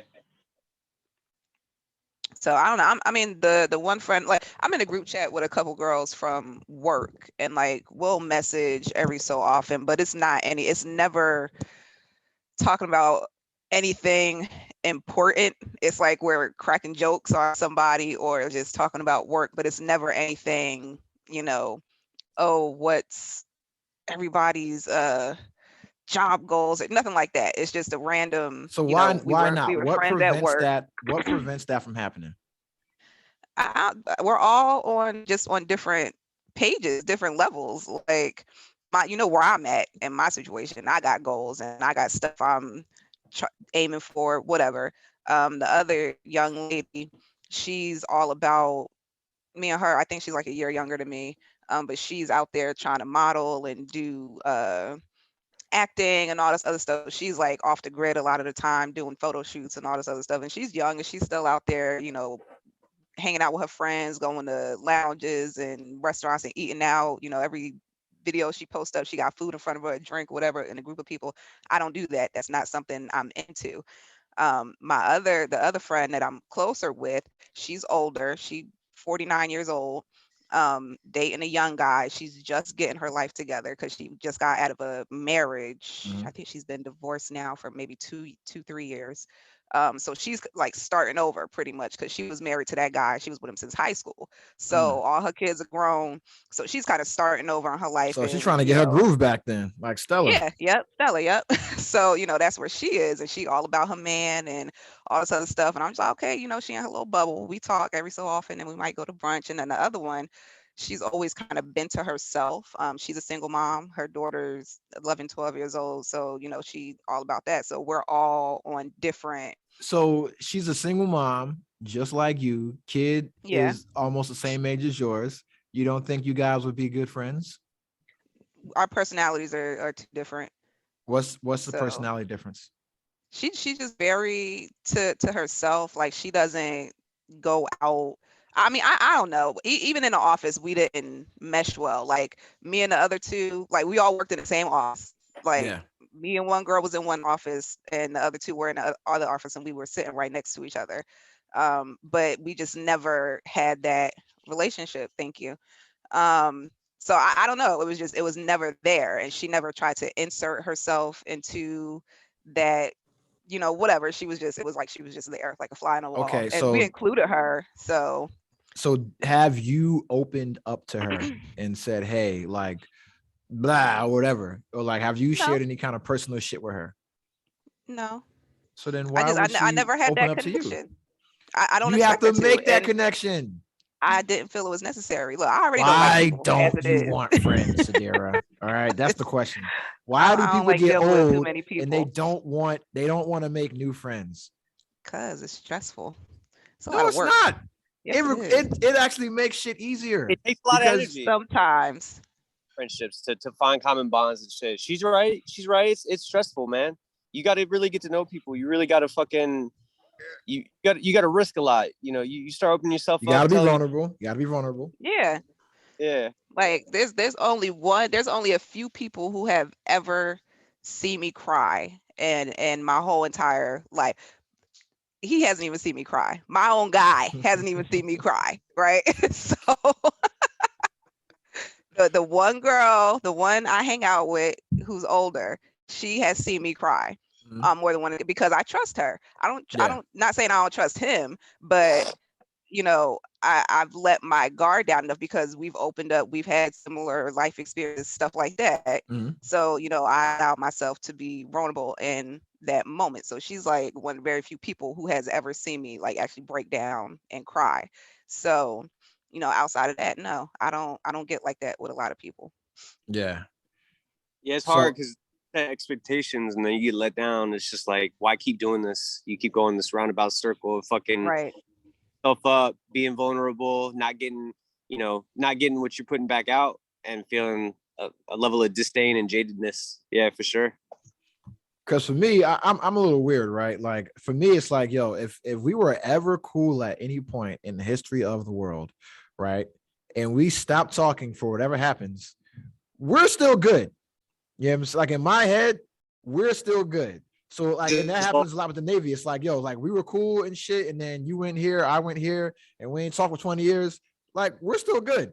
You know what I'm saying? And then at some point, you know, I'll reach out or they'll reach out. It's like, yo, bam, we can jump right back into whatever fuck we were. You know what I'm saying? Because yo, like, ain't shit changed. You know what I mean? But for me, I guess what it is for me is like I set the bar for I don't want to say for friendship, but for building that relationship, I set the bar very low. You know what I'm saying? And so what I mean by that is like, yo, all we got to do is have one thing in common. Like back when you were a kid, it's like, yo, you like trucks. I like trucks. Oh shit. Let's play with some trucks. You know what I'm saying? You got a Barbie. I got a Barbie. Let's fuck with these Barbies, dog. You know what I'm saying? Like shit like that. So it's like, yo, when we become adults, we put like so much fucking prerequisites. We put so much KSAs, so there are so many KSAs on friendship, like so many requirements. And it's like, yo, why don't we just say, hey, we have this thing in common. And then we can go from there. Because if you think about it, right, we put more requirements on friendship than we do for a relationship. You know, because like if we're interested in somebody in a relationship, it's like, are they attractive? Okay, yes, right. We find that one thing. And then it's like, okay, are they insane or crazy, or do they have like a steady job and blah, blah, blah, blah, blah. Okay, we can build on that. And for friendship, we're like, oh, well, they're a Republican or they're a Democrat, you know what I'm saying? Or they don't like this or they do that or X, Y, Z, ABC. And we put all these barriers as opposed to why we can't be, you know, friends with somebody or at least associates that can share some shit. We put more boundaries on friendship than we do for relationship, you know, and I've noticed that over my 39 years of life, you know, and it's just like, why do we do that? I think first and foremost, man, you get day one, you meet somebody, you connect on whatever level you connected. You have to be willing to accept people as they are. You know what I mean? Like, you can't meet somebody and be like, oh, well, he's misguided and I'm gonna change that. Like, there's ways that you can grow and nurture somebody who might be on the wrong path and shit. But and pardon me, man, I like to move, man. I know you guys are sitting in your little fucking, you got your little backdrops, Cognac stories and shit. Over here with the sun and enjoying the weather and shit.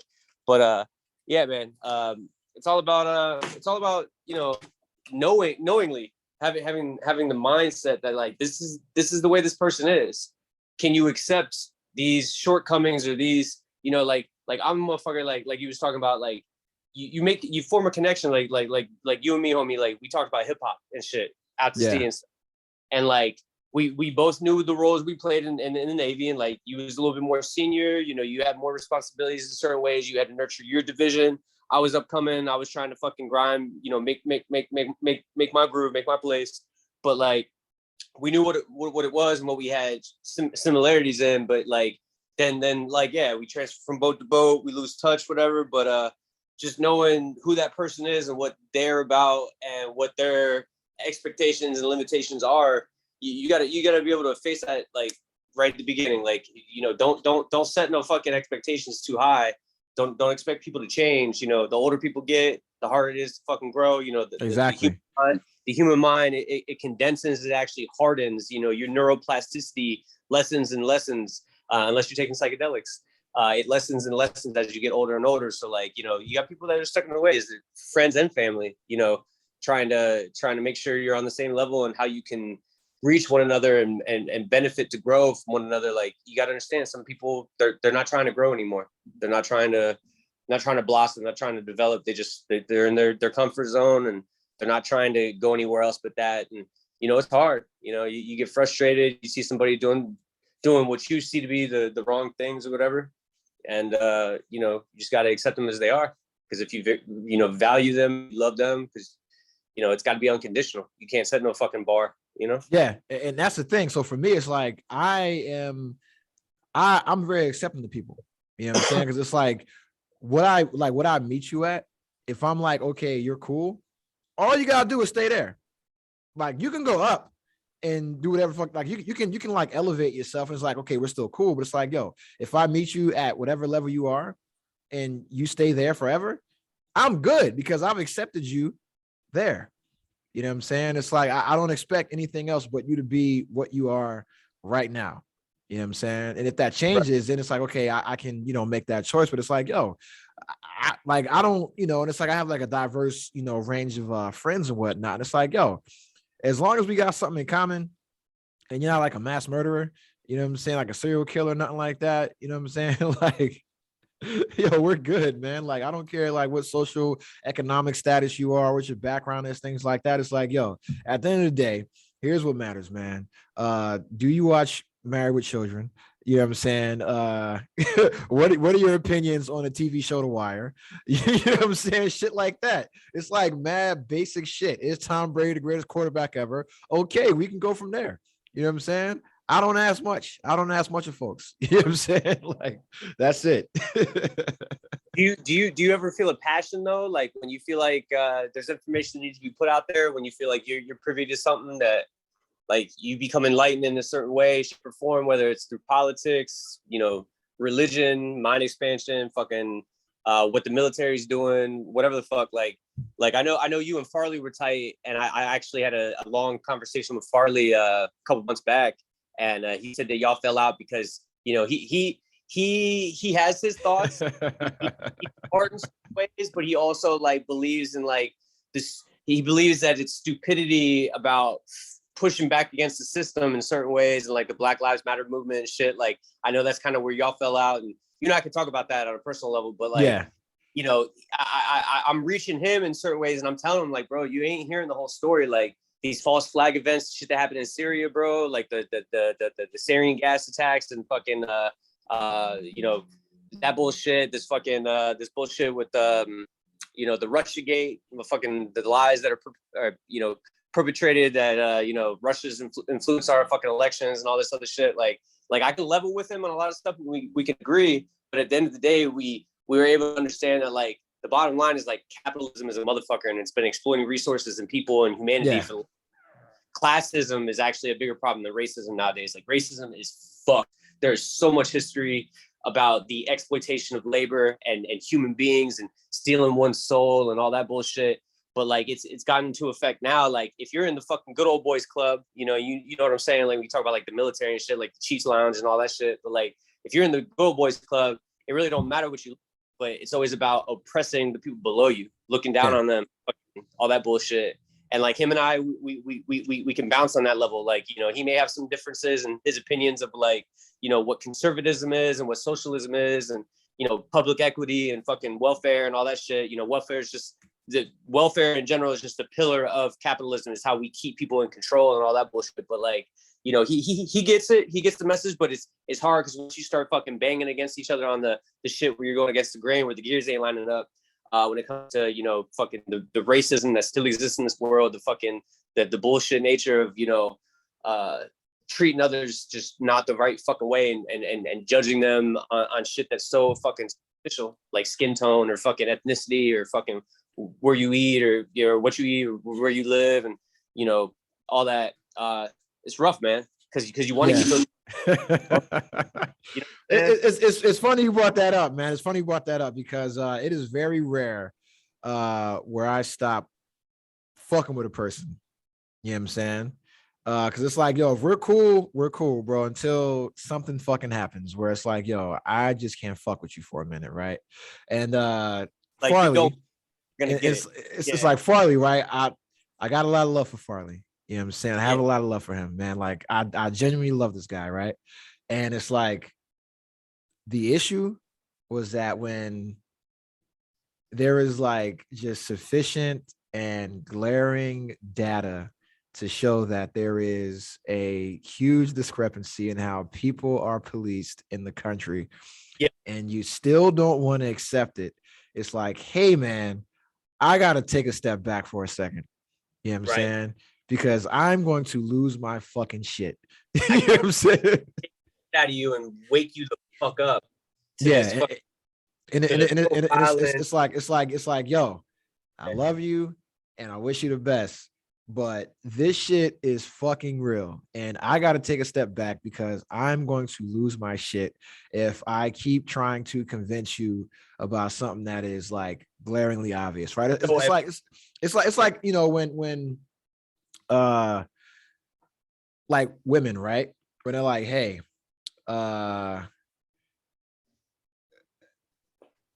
rape culture, right? When that whole shit came out and it was like, yo, rape culture is a real thing. You know what I'm saying? And it's like, we could sit here and deny it and be like, oh no, it's just blah, blah, blah, blah, blah.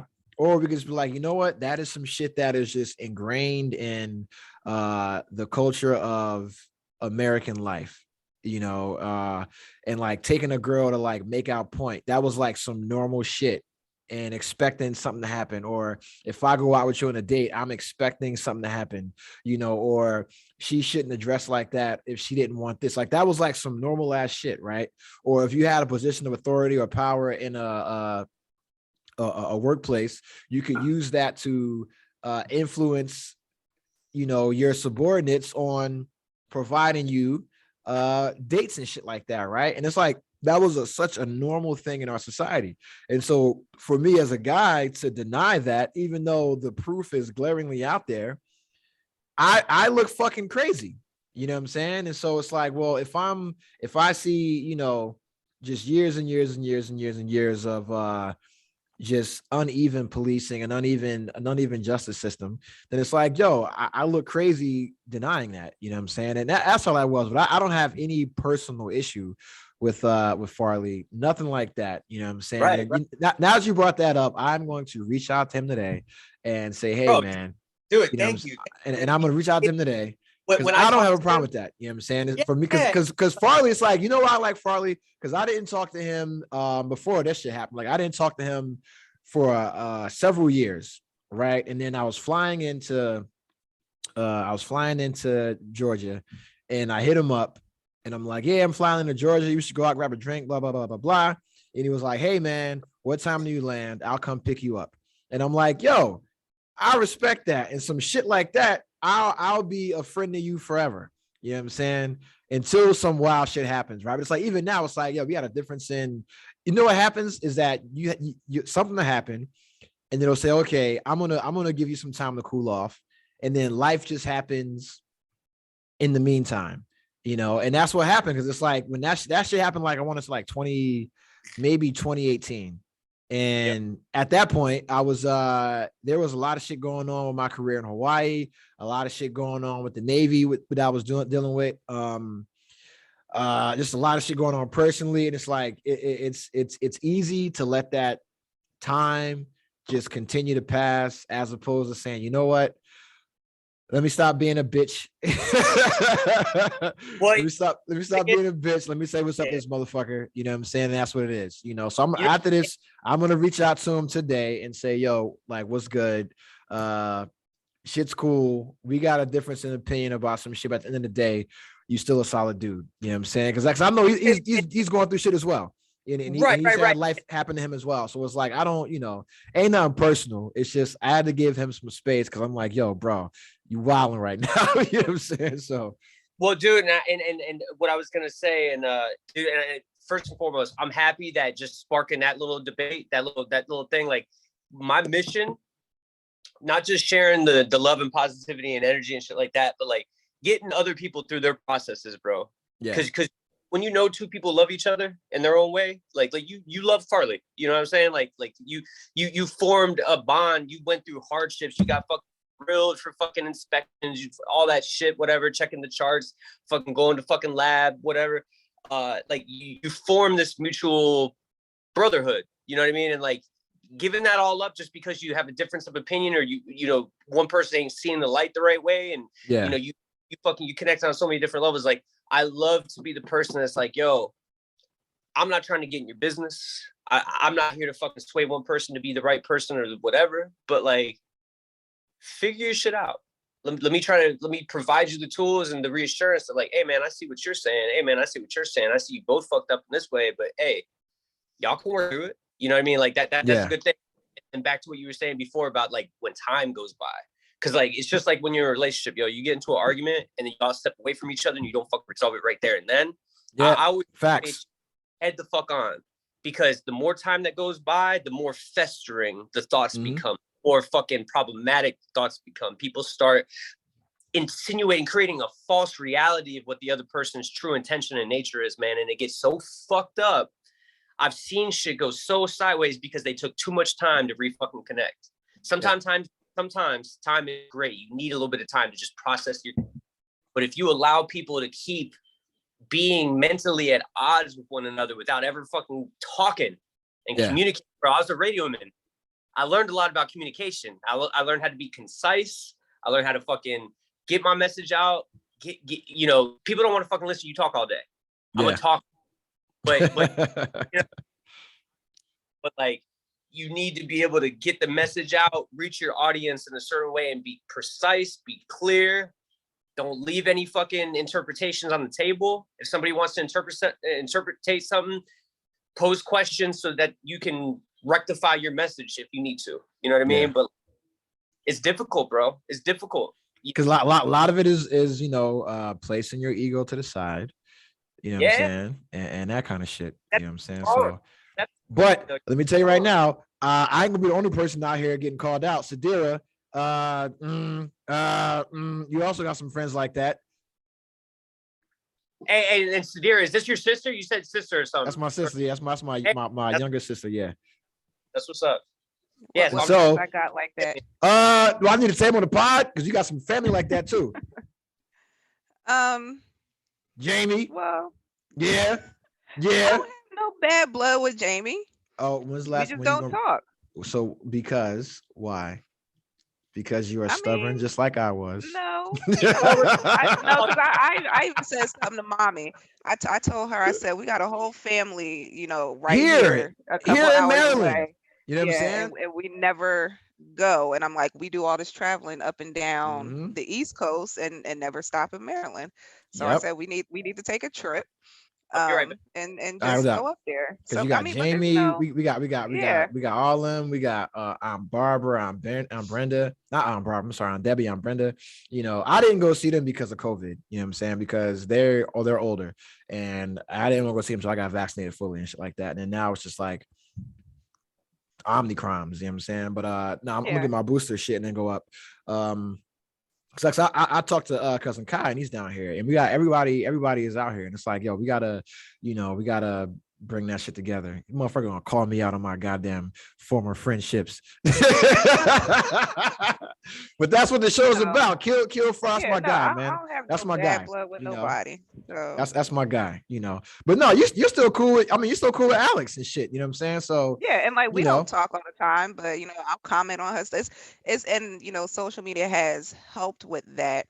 I'm not going to say we're like all the best of friends or whatever, but there's people, you know, I don't talk to, but I'll leave comments on people's pages, or you know, there's one that girl. shit doesn't count, bro. You I gotta know, call but people. You gotta I don't talk have to nobody people. numbers. You I'm gotta not zoom them. doing all You that. gotta zoom these motherfuckers. That's why I zoom everybody. Like everybody, like my one homeboy, Mike Harris, aka Future, aka TTK. I'm just like, yo, bro, I don't have a phone, dog. Like, if you want to talk to me, Zoom, bro, Zoom or Facebook video messenger or Instagram video messenger. Like, I hate texting people. You know what I'm saying? The common shit ain't real. It's like, yo, let's talk, bro. You know what I'm saying? Like, let's talk. You know, like, let's chill. Let's have a drink, talk some shit. I just called my boy the other day. You know what I'm saying? Shout out to my boy Ryan Kramer. We called our guy Randy for his birthday and shit like that. You know what I'm saying? And yeah, like we gotta do that. We gotta reach out and touch people. You know what I'm saying? And now it's like you got video chat, voice chat. It's the easiest thing to fucking do is to because I'm telling right now, like texting somebody or leaving a comment, it is completely different when you can see that person. Is a different energy. You know what I'm saying? It's right, like it's like you go back to that moment when y'all were good. And it's like, oh man, that's my guy, bro. Like, that's my girl. Like, you know, or if shit is fucked up, you go back and you're like, you know, I don't like your ass. You know what I'm saying? But it's never that much. It's never that serious. But no, I have no bad blood with anybody. I don't Because have those people that you got your cousins, Alicia and Felicia. Go ahead. Again, no bad blood. We just don't talk. It's not, you know, it's not anything crazy. So it's more comfortable to not talk, to not confront the discomfort of the last talk than to just keep it moving, because we got our lives. We all got our own shit to deal with. And bringing the confrontation or thinking about the confrontation or thinking about the last conversation is much more difficult than just keeping it moving and keeping it pushing your own way, because we're independent. It's conflict avoidance. It's conflict avoidance.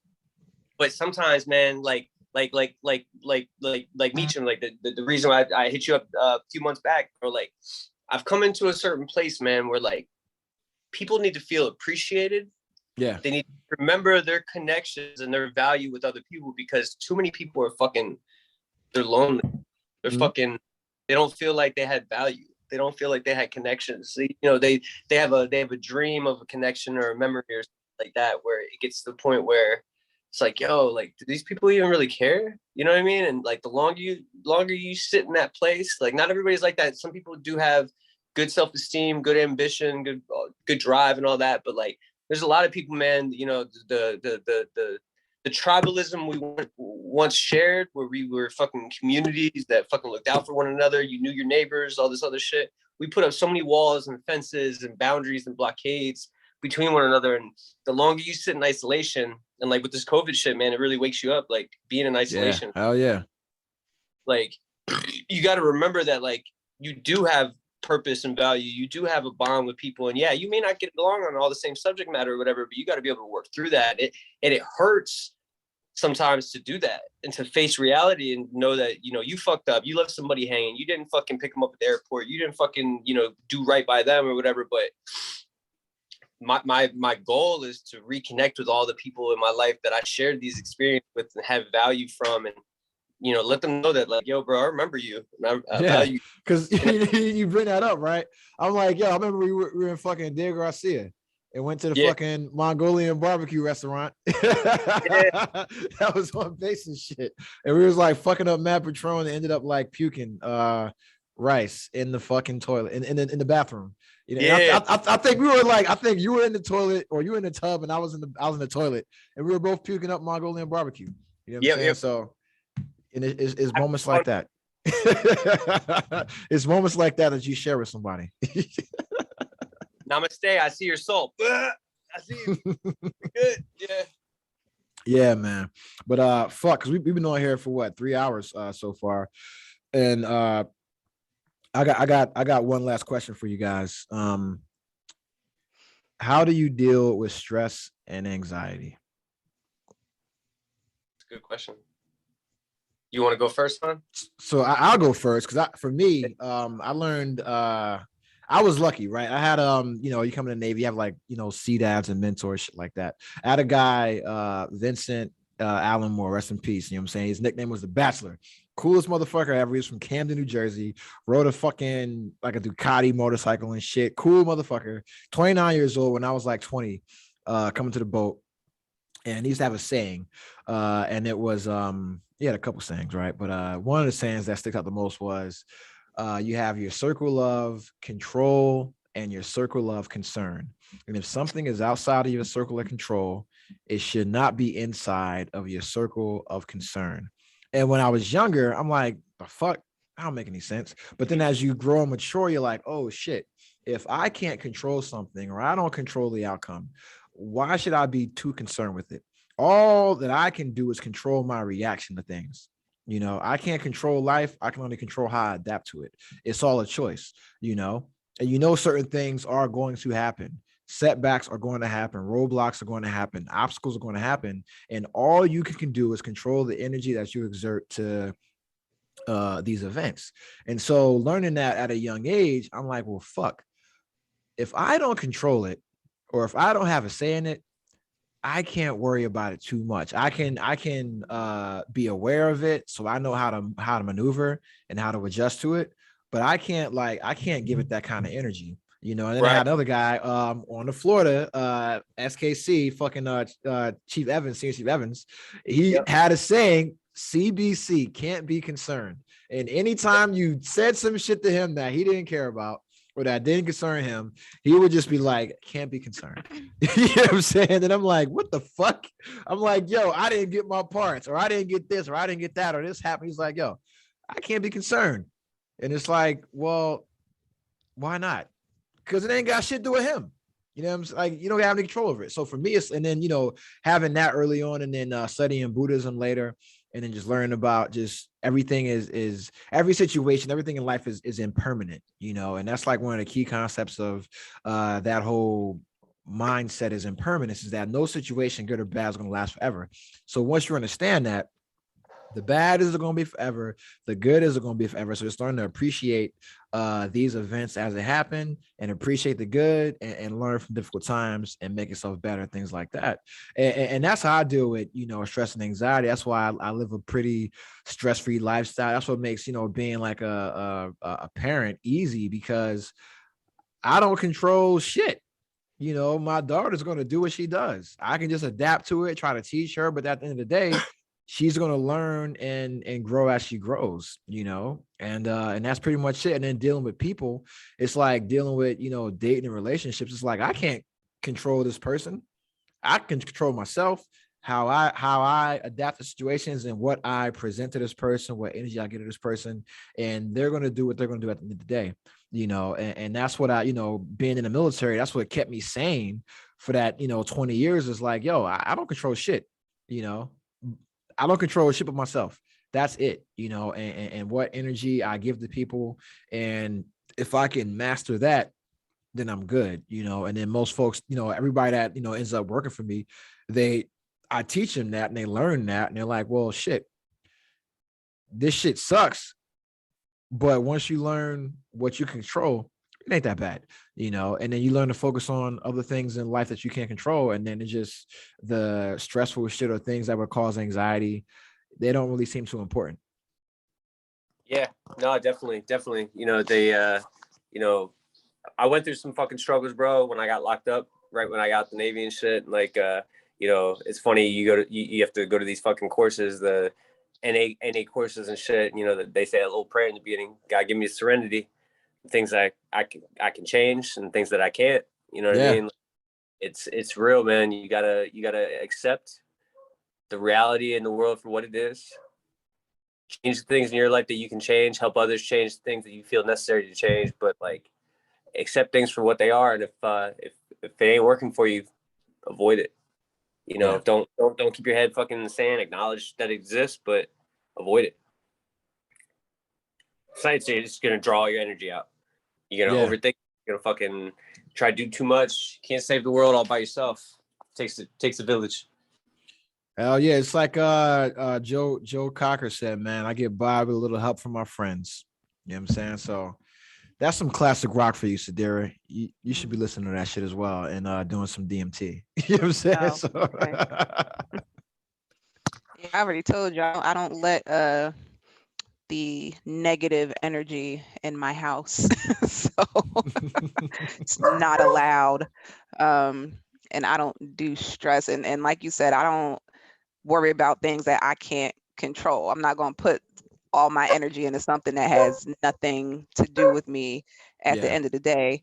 Like my guy, he gets so caught up in the world and what's going on. And, you know, I feel bad because he wants to talk to me about it and tell me his feelings about why he feels this way about a certain situation and politics and finances and stock market and gays and lesbians and all his feelings. And I'm just like, okay, but why do you care? Like, because it does not affect you.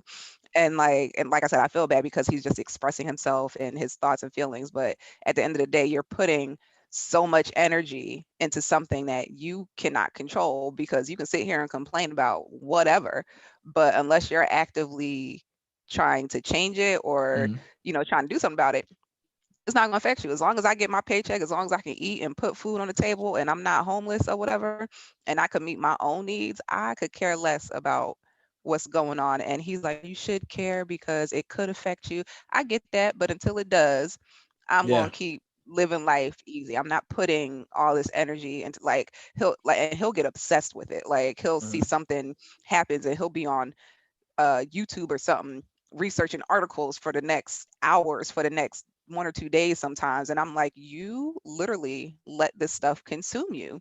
And you can't do that because you get nothing else done. And he can't talk to me, so he'll call his boys and his friends because they'll entertain it. I don't entertain it. And I'm just like, I'm sorry, like, I hear you, but I don't care. So I can't. I tell him all the time, I cannot put any more energy into stuff that doesn't concern me. I already put enough energy into my job. That stresses me out. And I put energy into the home and being a parent and being a partner. And that's enough. I don't have time for anything else. So if I don't have to do with that, I don't care. So yeah, I can respect that. You know, I can respect that, definitely, you know. But before we get out of here, you know, I do have an announcement to make, you know, and it brings me great sadness to say that this will be the last episode of Cognac Stories. Recorded on a Sunday. The podcast is not ending. No, I have a job now, you know, and I've been pretty quiet about that job because you told me to not take this job, Sadira. You know what I'm saying? Because you told me to not take this job. All right. And I still did it. But I have a fucking announcement. All right. And don't get fired. That's why the podcast is coming to an end. No, I'm joking. No, my future boss, he said he listened to the podcast and he said that was one of the deciding factors. You know what I'm saying? So, oh, really? Yeah. Because what happens is when you go on these Zoom meetings, you know, I had like my not the Cognac Stories podcast background, but I had like, you know, my name, Torian Beach, on the background. And he's like, oh, you have like a green screen? He's like, you have a podcast? And I was like, yeah, I do. But I didn't say shit about it. And of course, they do the background check and all that shit. So they Google a motherfucker and it comes up. You know what I'm saying? They're like, oh, you got a podcast like Cognac Stories. Listen to the shit. Yo, so for people that know me, this is crazy. Like, people that I fuck with, that I talk to, they're like, yo, I kind of saw this coming down the pipeline. Like, you doing this makes sense.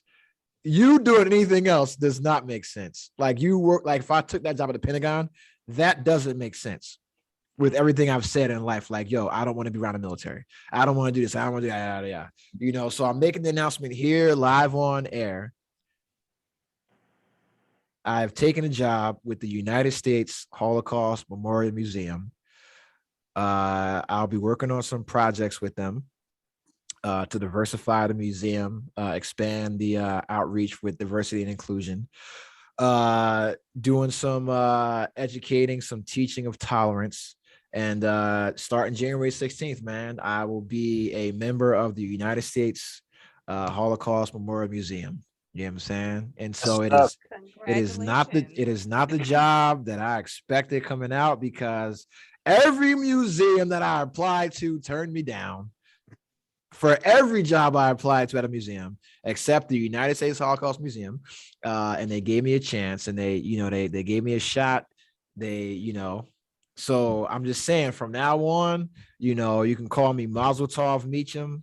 You know what I'm saying? You can call me Durag Yamaka. You can call me Durag Yamaka. A lot of new nicknames I'm gonna have now. But at the end of the day, it's all about, teaching tolerance, expanding horizons, educating people about just the world and shit that goes on, And so it didn't make sense. Like I'm gonna tell you right now, Sadira, I got some offers, and they made more money. And I'm like, fuck.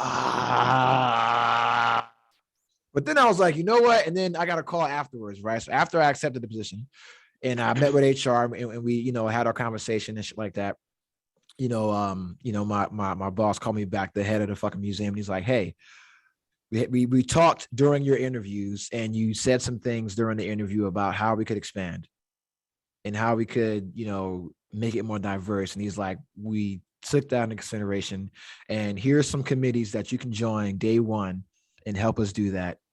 And I was like, okay, we lit. Let's fucking go. And it's crazy, you know what I'm saying? Because it's like, yo, it makes sense. It makes sense now. Like now that I've like accepted it, and I'm like, okay, let me look at my trajectory for 20 years in the military, and 10 of those years being a semio, like doing diversity, inclusion, all that kind of shit, having the fucking I know motherfuckers were sick of me, and when I was in New York at NRD New York doing all these goddamn diversity and inclusion programs, teaching people about Native Americans and Holocaust Memorial Month and all this shit, right? But like if I'd have took a job as an equal employment poor person, that's not what they do. They just do complaints. You know what I'm saying? And they just investigate complaints. So it wasn't what I thought it was. Like there's no embracing of diversity and inclusion. And even if you take a job as a diversity and inclusion officer and you're like, hey, we're going to try to figure out how to meet these diversity goals, you're not educating anybody.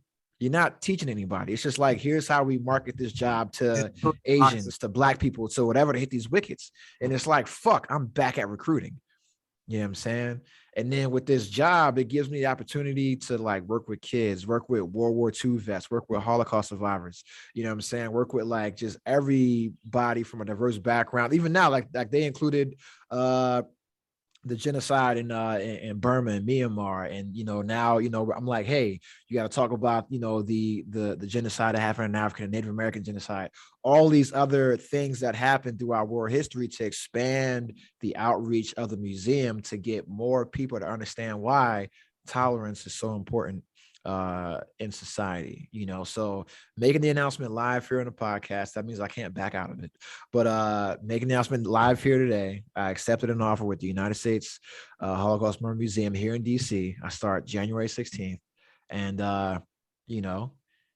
hey, your boy is back. Thanks, bro. I'm back, and I'm gonna tell you, I was worried, Sadira. I was worried. You know what I'm saying? I was stressing because I was like, I'm gonna be poor. You know what I'm saying? And then I pulled out a calculator and I was like, not really. You know what I'm saying? I was like, yo, not really. I'll be okay. You know what I'm saying? And then I also talked to HR about that other job that got posted. Mm-hmm. And she was like, oh, the time requirement is a year, but that can be waived. And then there was a conversation with my supervisor, my boss, and he was like, we don't have to follow that. You know what I'm saying? At the end of the day, I'm just listen, here's the thing, right? Here's the deal, right? That's a year. That's how long it's going to take for me to figure out what the hell's going on. If we go by what I'm required to do, right? To be able to get that other spot. But then he was like, yo, here's these 10 other positions in the organization that day one, after day one, once you turn in that I-9 form, you know what I'm saying? Here's what you can apply for, like in the company. And I'm like, oh, well, shit. That's way better. You know what I'm saying? That's way better. Cause it's like, yo, if I'd a DEO, I'd just be investigating complaints. You know what I'm saying? It's like, oh, he did this. He said this. And it's like, I'm not trying. I want to work with people. And I wanted to teach. I wanted to be a teacher getting out. But it's like, yo, and I look at that pay and what a teacher gets paid, same amount. You know what I'm saying? With less work and no curriculum to follow. And I'm teaching exactly what I want to teach, so that's it, man. So now we're back. So January 16, your boy is back. But the podcast will be moving to Tuesdays and Wednesdays. That's when we'll be taping. So the podcast is not ending. That's never going to happen. And we'll just be taping on Tuesdays and Wednesdays. Those are my days off. You know what I'm saying? So you gotta do evenings then when people Tuesdays and Wednesdays, I'm off completely. No, but who won't be on your podcast when everybody else worked the week? Oh, so Sadira, my schedule. Oh my God. I told you the schedule. Right now, it's 3 days in the museum, 2 days teleworking. You can't say no to that.